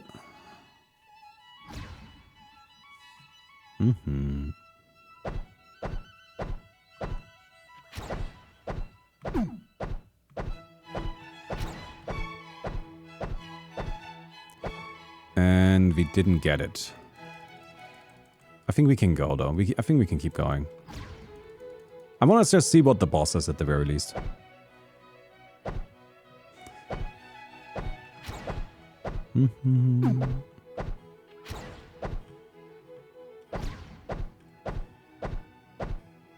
I'll see at least what we drop from the boss. Because maybe we get lucky and we get multi-hit. Like, if we get multi-hit specifically, I might... Multi-hit or warrior. I think if I get multi-hit or warrior, I'll continue. Okay, there's warrior. Alright, that's fine. Let's keep going then. I mean, if we get lucky, we can even get an early pudding.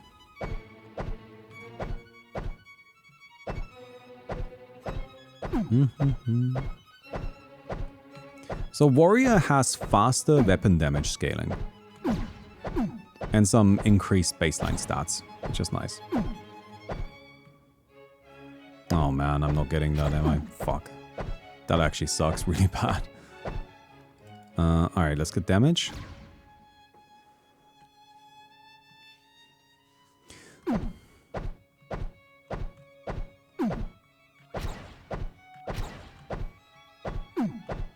So you can see we're getting 12 damage per level up now, as opposed to 10. That's how the heroes work, right? All of the heroes, they usually have some base stats, and then they have increased scaling on an attribute. Or sometimes multiple attributes.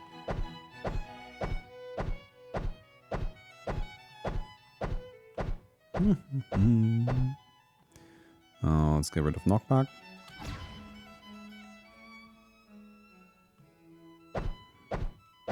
Attack build? This is an attack build. Like, we're gonna try to do well. We're gonna try to beat the game right now.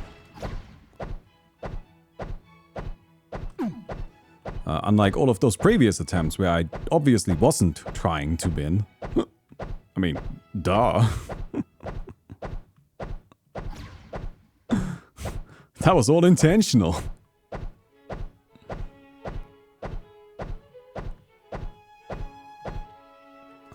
Attack speed is good. Man, this is too slow. Forget about it. It's too slow. It's never gonna get there. Master had a crazy fast run. Like, I had a crazy fast run before that challenged his, and I still wasn't anywhere near quick enough.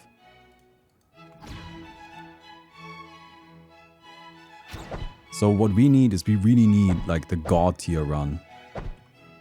I think I might already have made a mistake, you know? That's how tight I think this is.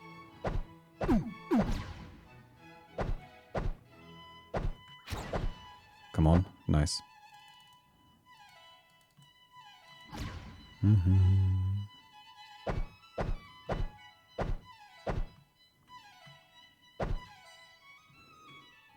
Okay, take down these.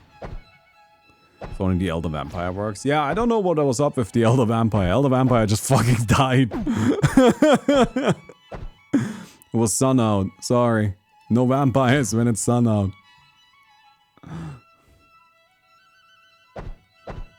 Did not expect Baumi becoming a speedrunner. Really? If I had to guess like a thing that Baumi would do, I think becoming a speedrunner is pretty high on that list. No? Doesn't that seem like the kind of thing I would do? Or the kind of thing that I would enjoy, I suppose. This goes, this goes, this goes.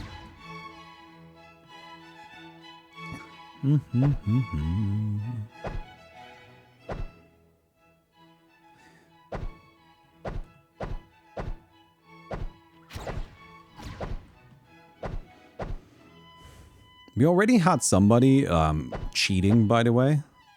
There was somebody who like proudly posted in the YouTube comments that they use cheat engine to get on the leaderboard. And I'm just kind of like, okay, cool, I guess. I don't know, why? Like, what's the point?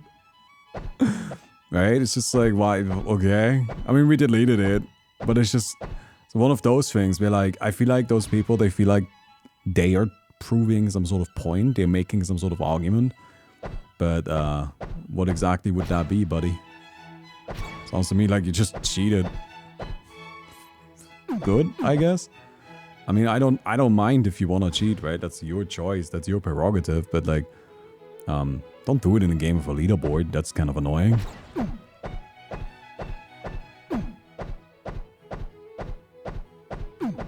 Mm-hmm.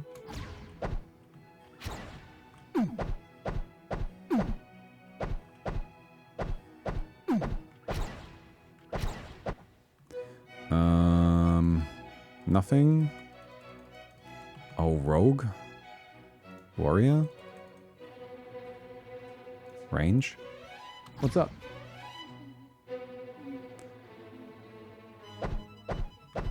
That sounds good. No, I don't have anything in mind right now. I mean, we're gonna do a big shop tomorrow anyway, right? Yeah. So I don't think we need anything that isn't for today. You can get snacks. Try to make it cool snacks. It is. It's not very nice right now.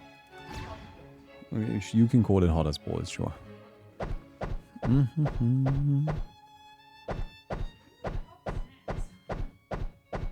not saying that you should get hot snacks. I'm saying that if you can get cool snacks, then that would be good. Okay. Alright. That's good. Goodbye.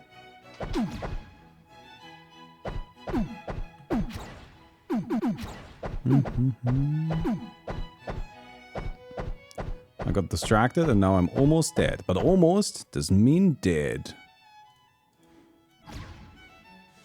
Little crunchy snacks? I mean, I'm not saying that we can't have non-cool snacks. I'm just saying that it would be nice to have something against the heat. How is this so complicated? I really feel like I'm not asking for anything crazy here.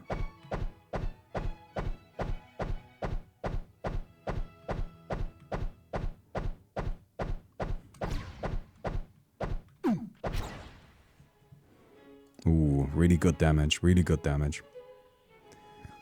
Damage is important, right? If we can one-shot opponents instead of two-shotting them, that makes everything go way quicker. I think if we want to like really optimize our speed, we also should try to kill all of the small ones quickest, so that all enemies for the wave have spawned in. And then we can use the movement speed that's coming towards us. That actually makes a lot of sense. So we want to make sure we kill small enemies as quickly as possible before moving on to the big ones. Because we can kill the big ones all at once later. Okay.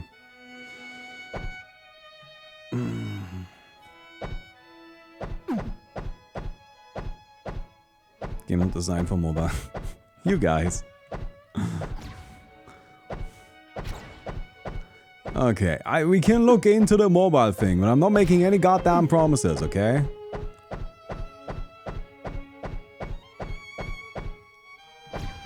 I don't even know how to, like, get it on mobile. Like, do you put it on the App Store, I guess? Oh my god, if you guys are gonna ask for fucking, like, Apple shit, oh, that's gonna be way over the line, my friends. If I hear, like, I'm mobile, okay, sure, but if I hear one fucking person ask for specifically Apple-related support, then I'm canceling the entire game. Just gonna pull it off all the stores.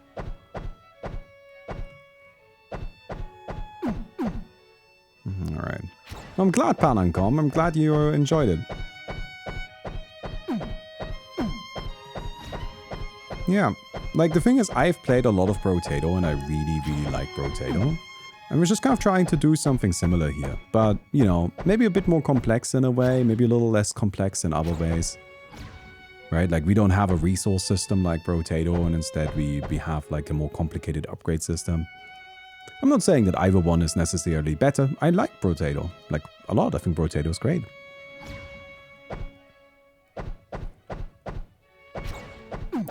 But again, the main point of this game was really just to test out the upgrade system. Does boosted work as an upgrade system for a game? And I think it does.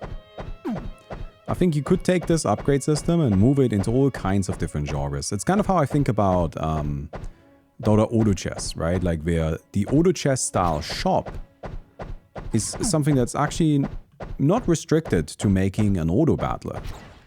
You can take that kind of shop and put it really into any genre, into any game. And I think it would be fine.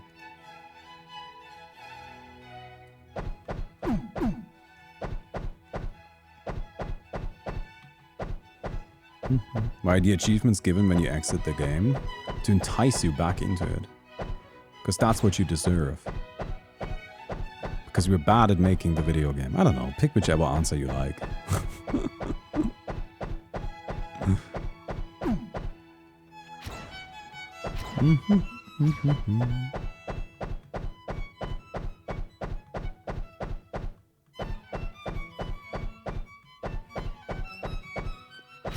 Alright, come in. Ooh, nice attack speed.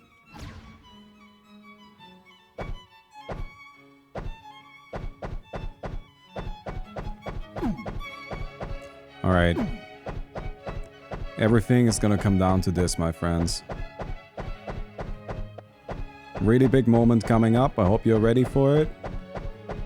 Are you all praying for us? Are you all giving us what we need?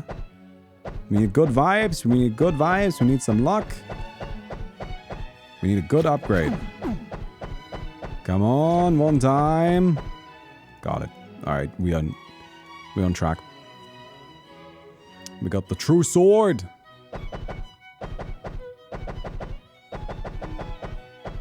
Let's go.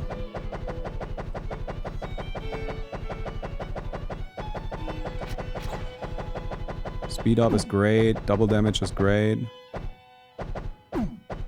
So now we need multi-hit.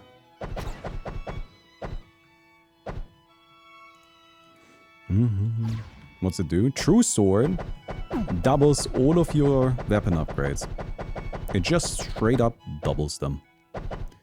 All of your damage doubled, all of your attack speed, range, critical strikes, everything doubled. But it comes with conditions. Terms and conditions. I think I'm just gonna get speed right now. Damage is good too.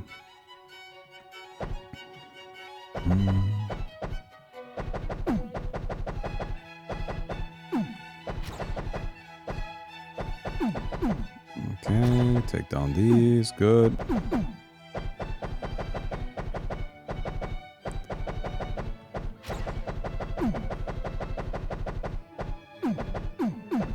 But that's why we want True Sword with multi-hit. Because True Sword with multi-hit just goes absolutely nuts since you double the multi-hit.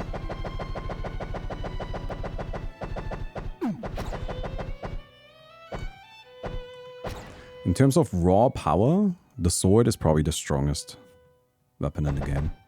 Pre-existing upgrades too? Yes. True Sword is unique in that way. It doubles everything that you have, even pre-existing stuff. If you paid close attention, or you zoom back in the video and check if I hovered over the tooltip, then you can figure out what it takes to unlock the True Sword. I will, however, not tell you. Get wrecked.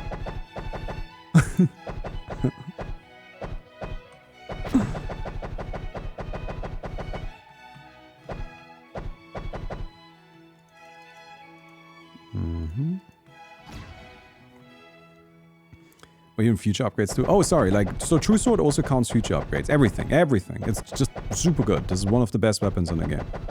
It's a nice thing about a single player game, right? Like, with a single player game, not everything has to be balanced. Like, it's fine. Like, if you make a multiplayer game, if you make Dota, then if I add a new character, that character needs to be as good as the other stuff. But in here, if I add a new character, I can just make it be broken if I want to, and that's fine. Like, it's fine. I mean, obviously there's a limit to that, but...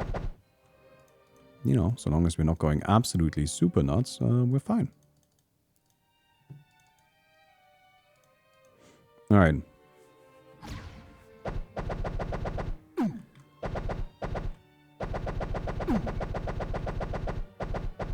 Heavenly restricted. You know what? That's actually pretty, yeah, no, it was kind of somewhat accurate. Hey, Weenie Beard, not Bard. Although Weenie Bard would be a good name too. Maybe consider that one. But Weenie Beard, thank you very much for the Twitch Prime. I appreciate it very much. Alright, our damage is good, but we're kind of taking some damage ourselves, so we need to be careful there.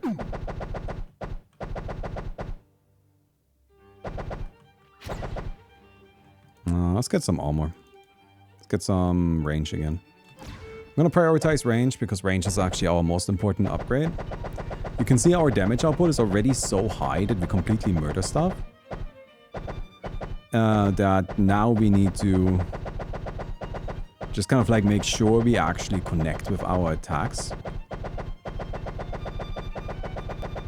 Right? It's no longer so much about like killing enemies. It's about how do we kill them quickest. Like how do we get to them. And that means we are on track for a really strong run. I need to spend less time thinking. I'm worried that we might already be too slow, but if we get lucky, and we do need to get lucky, we need to make sure we need to hit multi-hit. If we hit multi-hit, because that's how Master got his record with multi-hit. But then we can go nuts. If we don't hit it, probably reset, to be honest.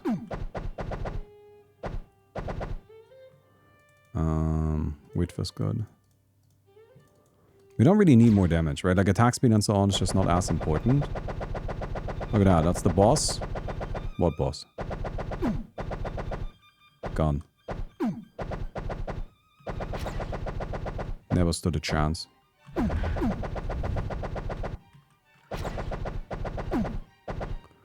Paladin, Pet Slime, this is not it. Fuck. That sucks.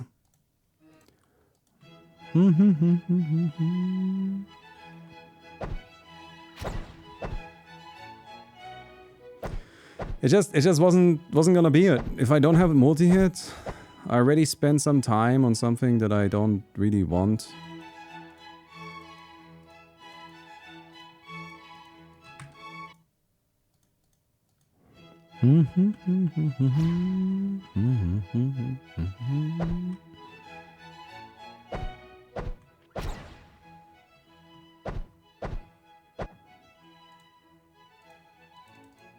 Alright, good. Alright, good. Is this game popping off? I'm not sure what you mean with that. I'm pretty happy with sales. Are we at 1200? I'm reloading. It just, again, it takes a while. 1196. But I don't know if that really counts as popping off. Again, the game is really cheap, which makes it easier for people to buy. And so I think the numbers don't really count. But like, to be honest, I'm pretty happy with it. It's probably not gonna sell enough to like create a proper budget for another game. I don't expect that. But it's gonna sell enough to create a budget for me to buy some magic cards. What I would actually like is I would like to have some money to maybe set up a proper camera. Like I need another camera for like top-down magic streaming. But yeah. Okay. Okay. Good. Good.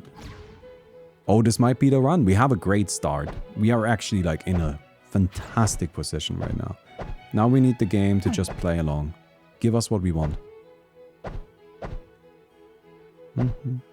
But yeah, no, it's like, I'm pretty happy. I mean, like, I think I'm already happy with the results. Just with how things worked out. It's good.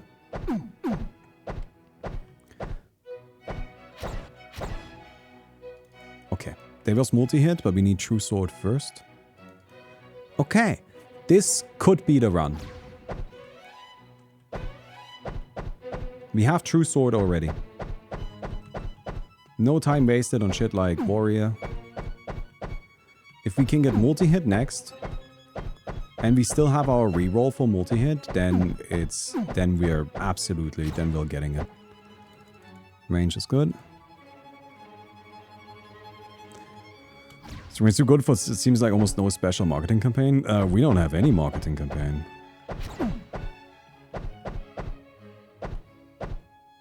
Although we should probably send out some emails. I don't know.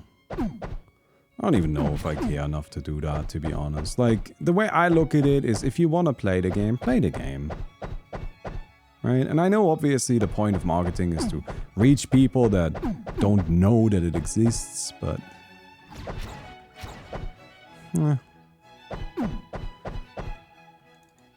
Range is good.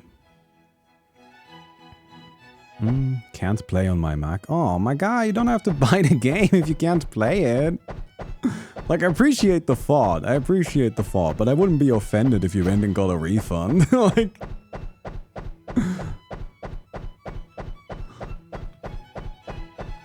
You know, the whole point is to play a game that you actually, like, get to play.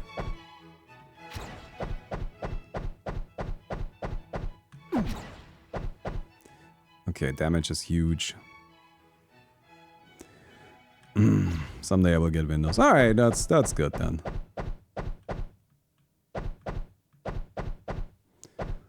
I mean, to be honest, this game should run on pretty much anything. This game is not limited by your hardware. This game is limited by its own limitations, but not by hardware.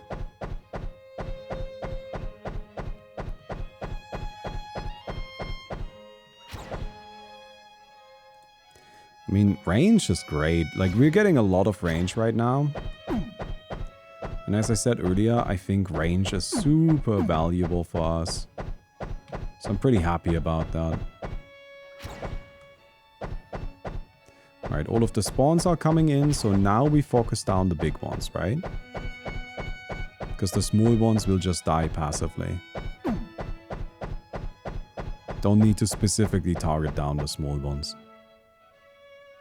More attack speed is good.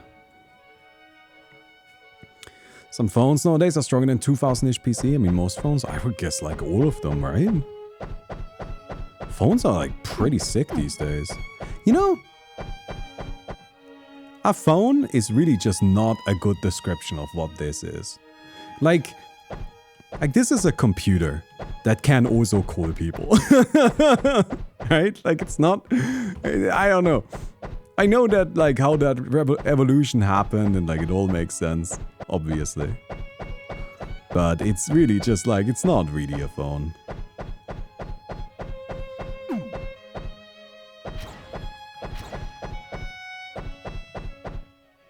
More range. More range.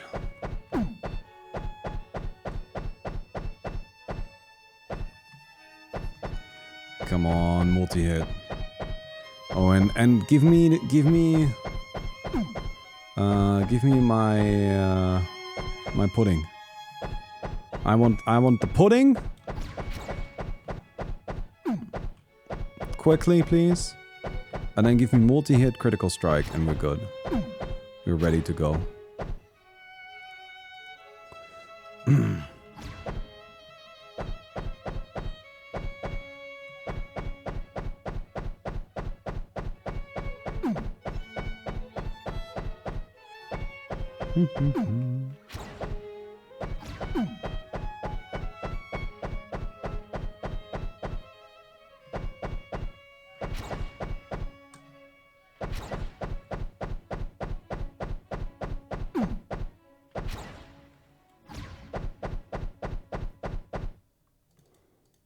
Alright, let me get this.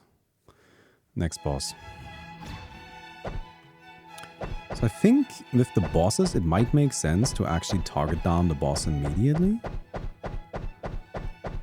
Because the boss will take longest to kill. But it's dangerous, that's the problem. Obviously, we can still die. Okay, we got the boss, that's good.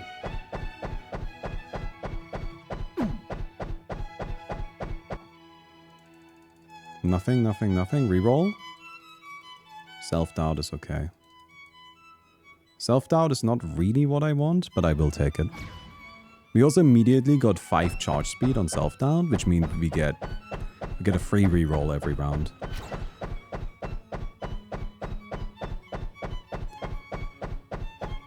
I'm gonna play out this run. I think we can beat the game on this run. So we're gonna beat the game on this run. And, you know, if I won't reset if I don't get multi-hit. We'll just see how far we can get. I definitely need some armor.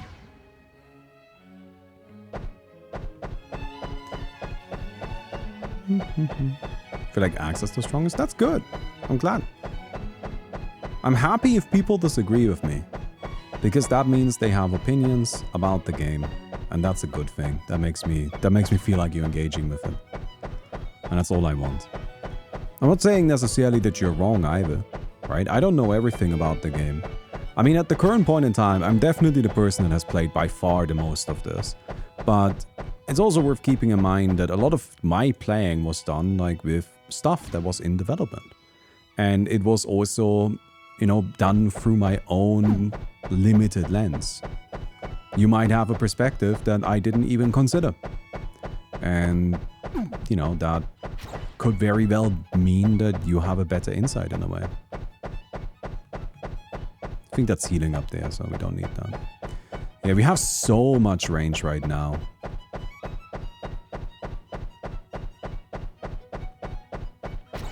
Just very good.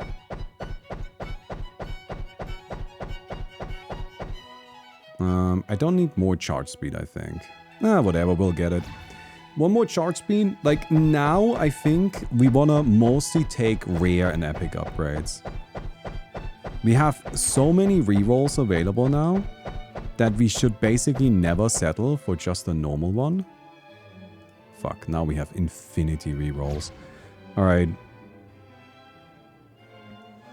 You got the insanity achievement. Let's go. Nice.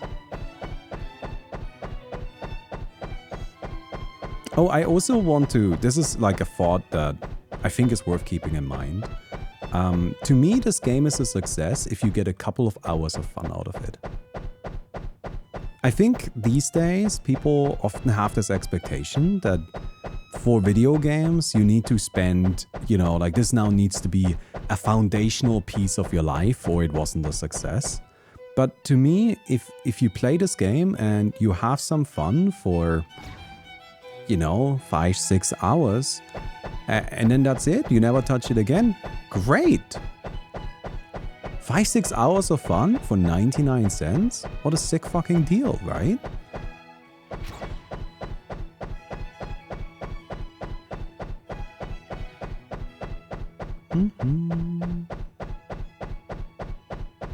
Like watching a movie. Way cheaper than watching a movie, yeah. But like, I think that's fine. Not everything needs to last forever. And if you just enjoy the game for a little while and then you're done with it, I think that is fine. I think that's great. Oh, almost misclicked that one. Pudding! Yes! Come on! Kill the pudding. Please, please, please. Oh my god, give me multi-hit pudding. Give me multi-hit. It's an early pudding. Okay, we got the pudding. That's good. We gotta get some attack speed going on. Yeah, one of the problems with self-doubt is that it's making me take too much time between rounds, I think. 58, more like fight a mate. Hey, man. Thank you very much for the 58. Appreciate it. Okay, come on. Ooh, almost died there. Okay, didn't get it. Got vampirism though. I think that's okay, actually. More range? How much fucking range do we have now? Okay, that's pretty good. That's pretty sick.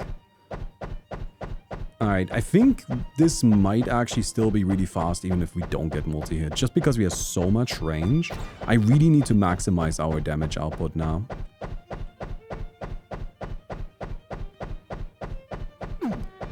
And with lifesteal, we now have, well, we have lifesteal. I would say we can get lucky and get, like, the Vampire Lord, but unfortunately, we saw earlier that might not be the strongest option available to us.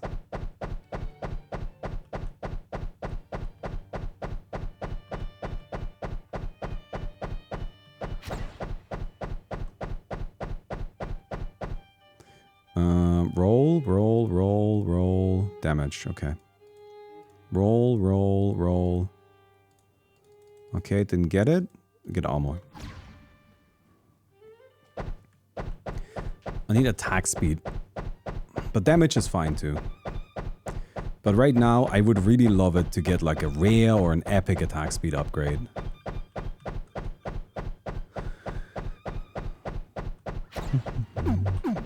Yeah, we're getting a huge amount of rerolls right now because we have self-doubt leveled up so much.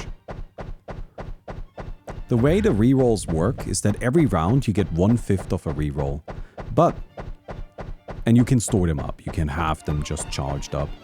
But self-doubt lets you increase that. So you just get rerolls faster. I actually think self-doubt is really good. Reroll. Width. Epic width, and we'll take it. Fucking make it chunky as hell.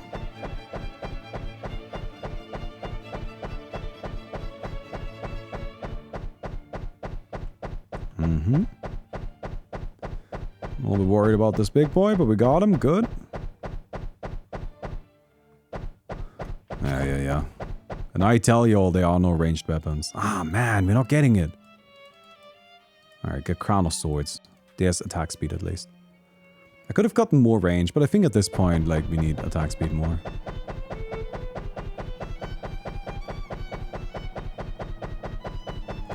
Yeah, Crown of Swords is not good for us. It's generally, I think, actually a quite good upgrade, quite strong. You can do a lot of stuff with it mostly, which I like a lot.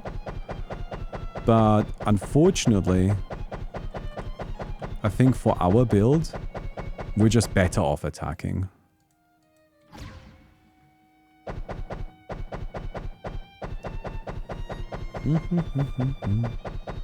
So to find the music choice weird, classical? Well, I think classical is nice. Also, it's available for free. Music is very expensive.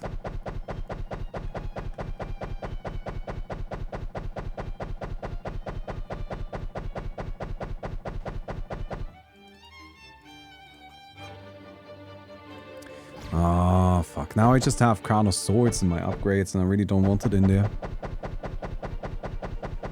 Oh well. Isn't there free music? Yeah, and I didn't like it. I spent a long time searching for music, but a lot of it was just like kind of like this generic electronic music. And I just found that to be like quite uninspiring and I didn't want to do that. I would rather go for something unusual that at least stands out than go for something that is, you know, very standard and boring but feels appropriate. I like the classical music. It gives the game a very unique flair, in my opinion. I don't know, maybe you disagree. But I think that's a good thing.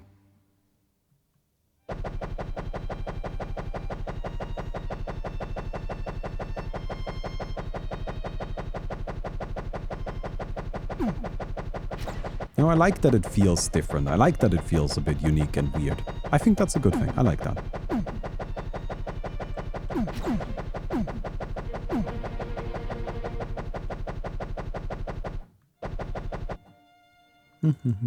I think necessarily meeting expectations or always just focusing on meeting expectations is not necessarily the best thing to do.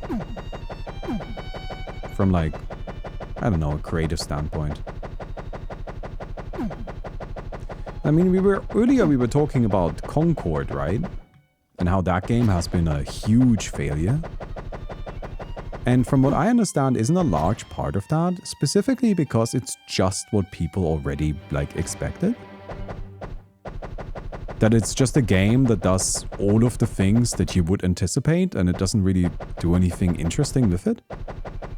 And so people are just like, whatever, why would I need to play this?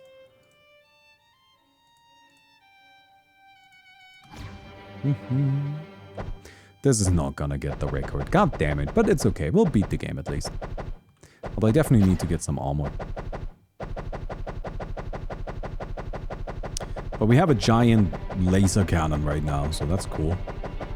I do enjoy having the very long-range sword. Let's go. Damage? Sure.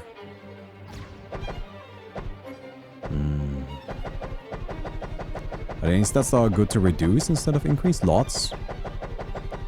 I would start with damage and attack speed. Sorry, no, don't do that. I'm just fucking with you. I'm lying. Don't listen to me.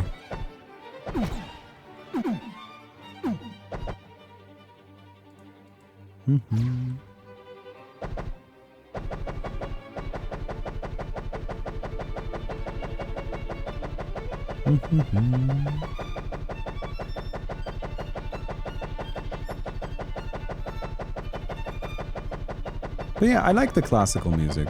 And also, I'm not gonna lie to you, I've been looking for an excuse to use this, to use the Four Seasons as the soundtrack for something for a while. And I just couldn't ever really find anything where it made sense. And this year seems good. Seems fine. I'm very glad that we got that massive armor upgrade. I think we would have died right now if we hadn't had that. Oh, in case you're wondering how armor works, it's literally just a Dota 2's armor formula. Yeah, we'll get Warrior. For sure. Oh, 2 epic range upgrades in a row? Alright, we're just standing in the middle now. But yeah, armor is literally just Dota 2's armor formula. That's it. That's the entire thing.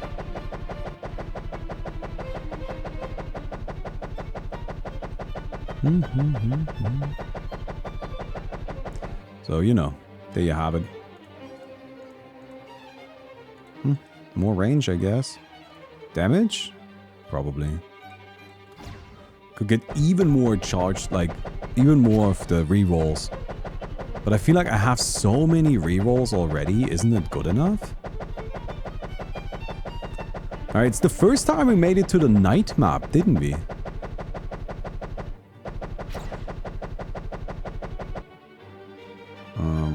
Roll. No, I don't want speed. Shit, I'll take armor. Why not? 6% lifesteal, why not? Charge speed, okay.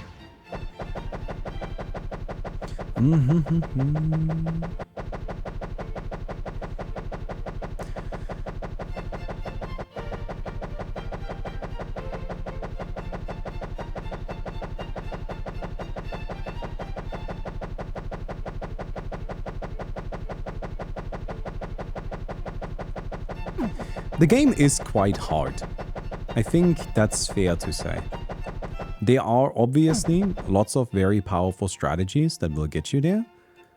But if you are playing completely without a strategy and you're just kind of going with the flow of things, I think the game is quite difficult. But that was like, I think for this style of game, having a certain degree of difficulty, so it feels like you really need to work to beat it, is good. Don't know how else to put that. It just seems like something that is beneficial. It makes the game more enticing in the long run, I think.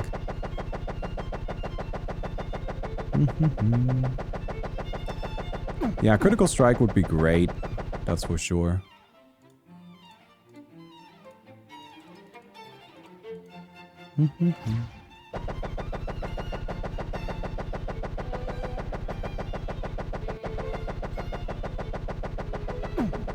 As you go through the game, something I think is also kind of neat, and this is just kind of like a natural consequence of the mechanics, but later rounds have more enemies spawning in. There's just more of them. And I think it's neat that that also, like as a consequence, means there are more chances for drops to drop. Like this attack double damage here.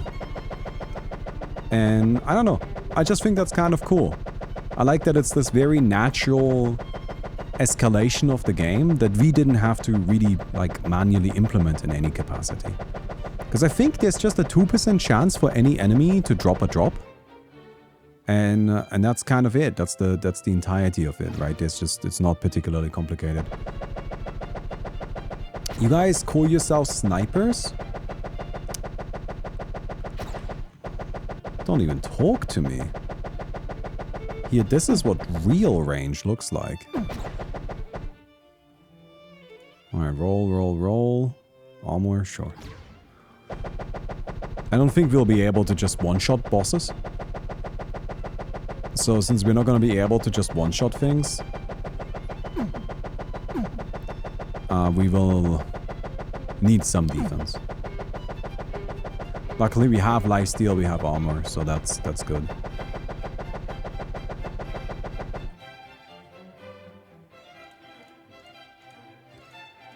Nothing. I'm gonna get rid of health regen. Enemies have no armor, just flat HP. Yeah. Although you can technically reduce their armor, so there are armor reduction upgrades, but technically speaking, the enemies don't have armor. Yes, that's correct.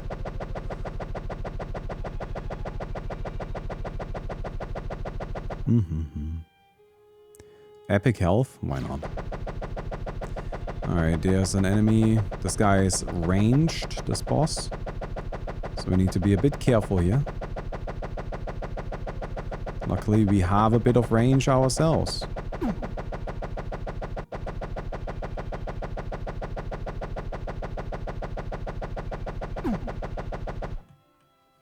We got multi-hit. Ooh, multi-hit chance.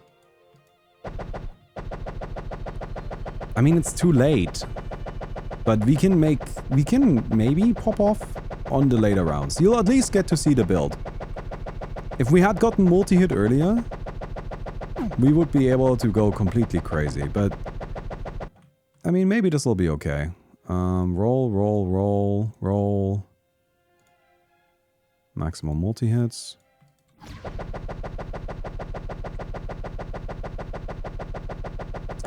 Yeah, we do need to actually roll into the multi-hit upgrades, but luckily we have so many rerolls.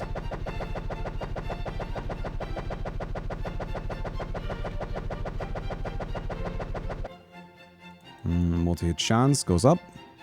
We want the multi-hit chance to be 100%. I feel like that's obvious. Getting 100% there just lets us chain it really nicely.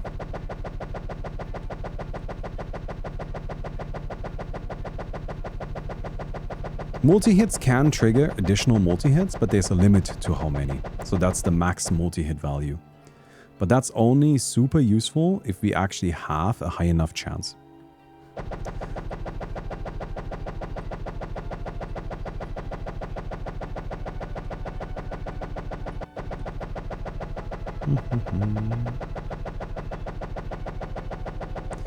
There's also an upgrade that follows multi-hits where maybe we can get it, but we will need to find that first.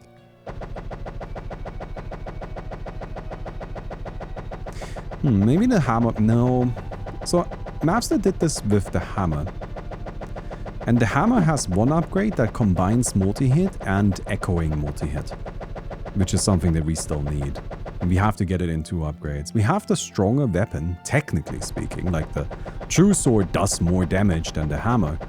But I think maybe Master might be right about using the hammer instead. Just because with the hammer, you don't need to worry about finding these upgrades individually.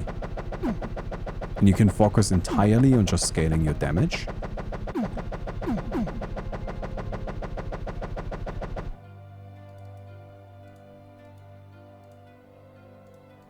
I don't know.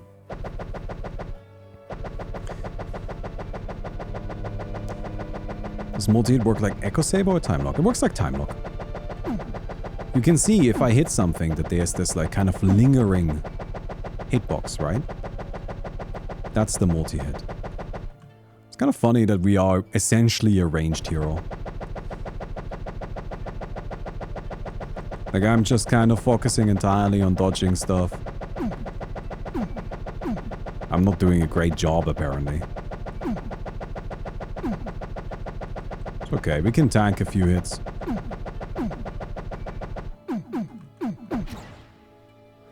Roll.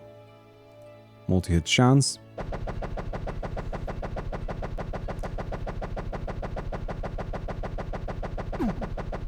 I do wonder if maybe the hammer's better. If we get everything, then the sword is undeniably stronger. And it would be faster. But it is more difficult to get everything.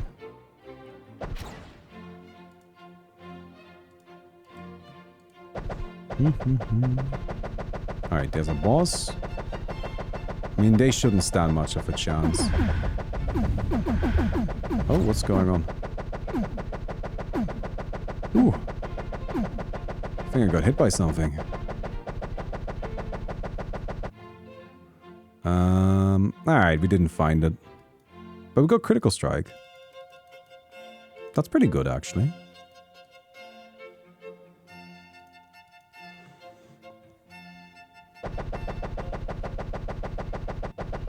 I mean, our damage output is just god tier.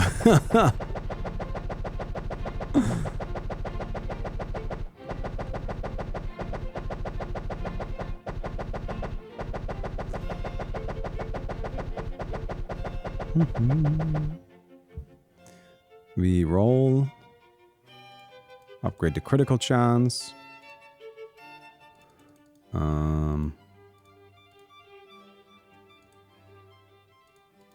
Yeah, I just need to increase the critical chance, really. I want to get that to 100%.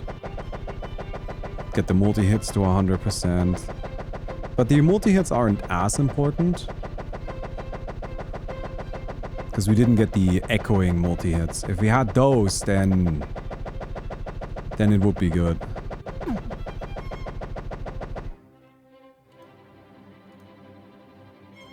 Alright, well, we have a 100% chance at least. We don't really need any more than that. Although it does work. Why does crit chance display as 120% for 20%? Oh, this is just a small quirk. Because we picked up the double damage buff. The double damage buff basically just gives you a 100% crit chance. That's what it does. And the game just kind of like, while we still have the buff, it's just like, oh hey, you have a 100% additional crit chance. Like, technically speaking, that's not correct. I hope you will forgive it. Alright, I guess I'll get the maximum multi-hits up. So we absolutely slaughter anything that we hit.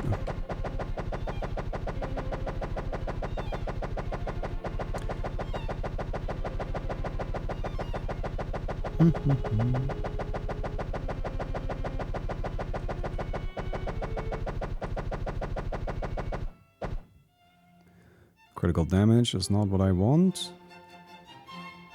Critical chance.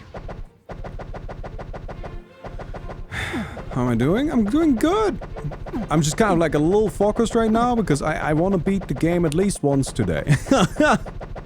We've been playing for a little while and I haven't actually managed to beat anything yet, which is slightly embarrassing, but hey, that's okay. I don't actually think that's that bad.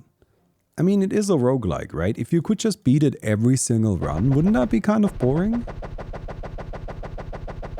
Isn't the whole point for it to be a challenge? I feel like the fact that I couldn't beat it, you know, on every run is more of like a good thing, really. Like, that's not necessarily a downside.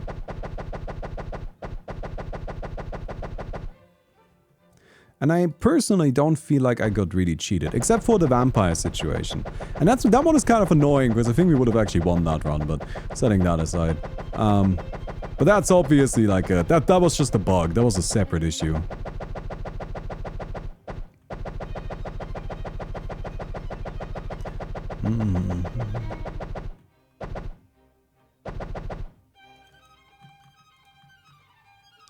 Critical chance at 90%.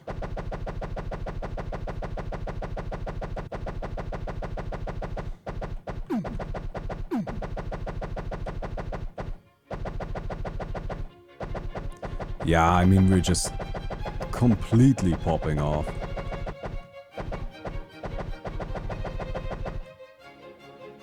Roll, critical chance is at 100% now. So now we just need to increase critical damage. Oh, that's really cool, Fullhaven Gaming. If I may just give you like a little bit of information. There is a weapon in the game that you can unlock by going for that. That will help you with that kind of idea. I don't know if you found it. But maybe somebody else already has and they can help you out.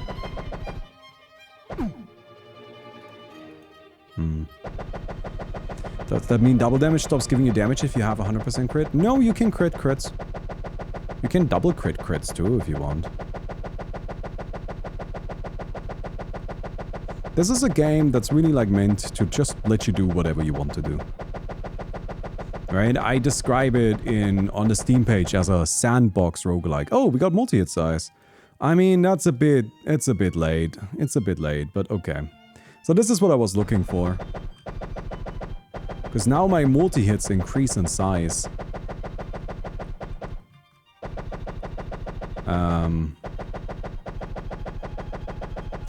Yeah, I think you can see what the idea was.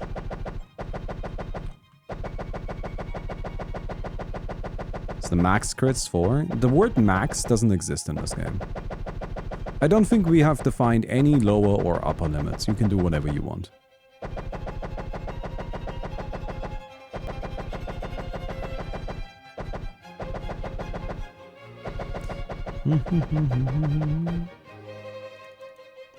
Alright, roll. Width extension is great.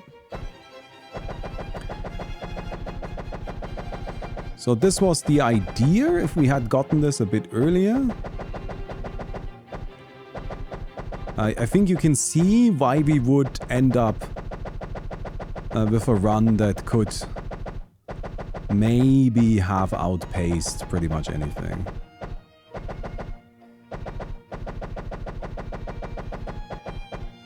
But unfortunately, we got it too late. How many rounds are there? There are 5 opening rounds. Then you have 6 maps of 10. And then we are on the final round right now. Or like on the final map right now. Nice, more width extension. I want to get the width extension. Oh, this is good too. Alright. This is the build. This is the idea of it.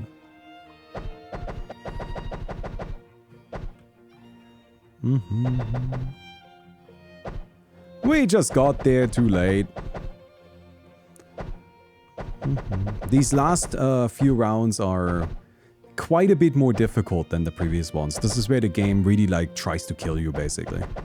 Like if you want to beat these last few rounds, you need to have something really strong online.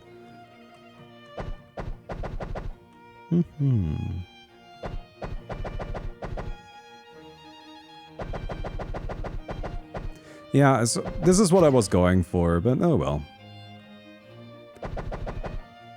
Probably can just like bash my head against the wall and random it up a couple of times.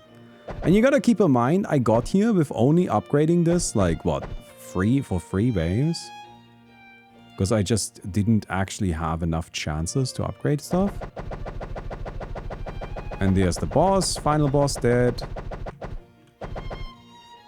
And enemies are dead, presumably.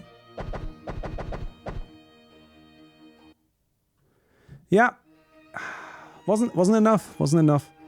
It took us too long to really find what we needed. But at the end, you could really see that the potential was there.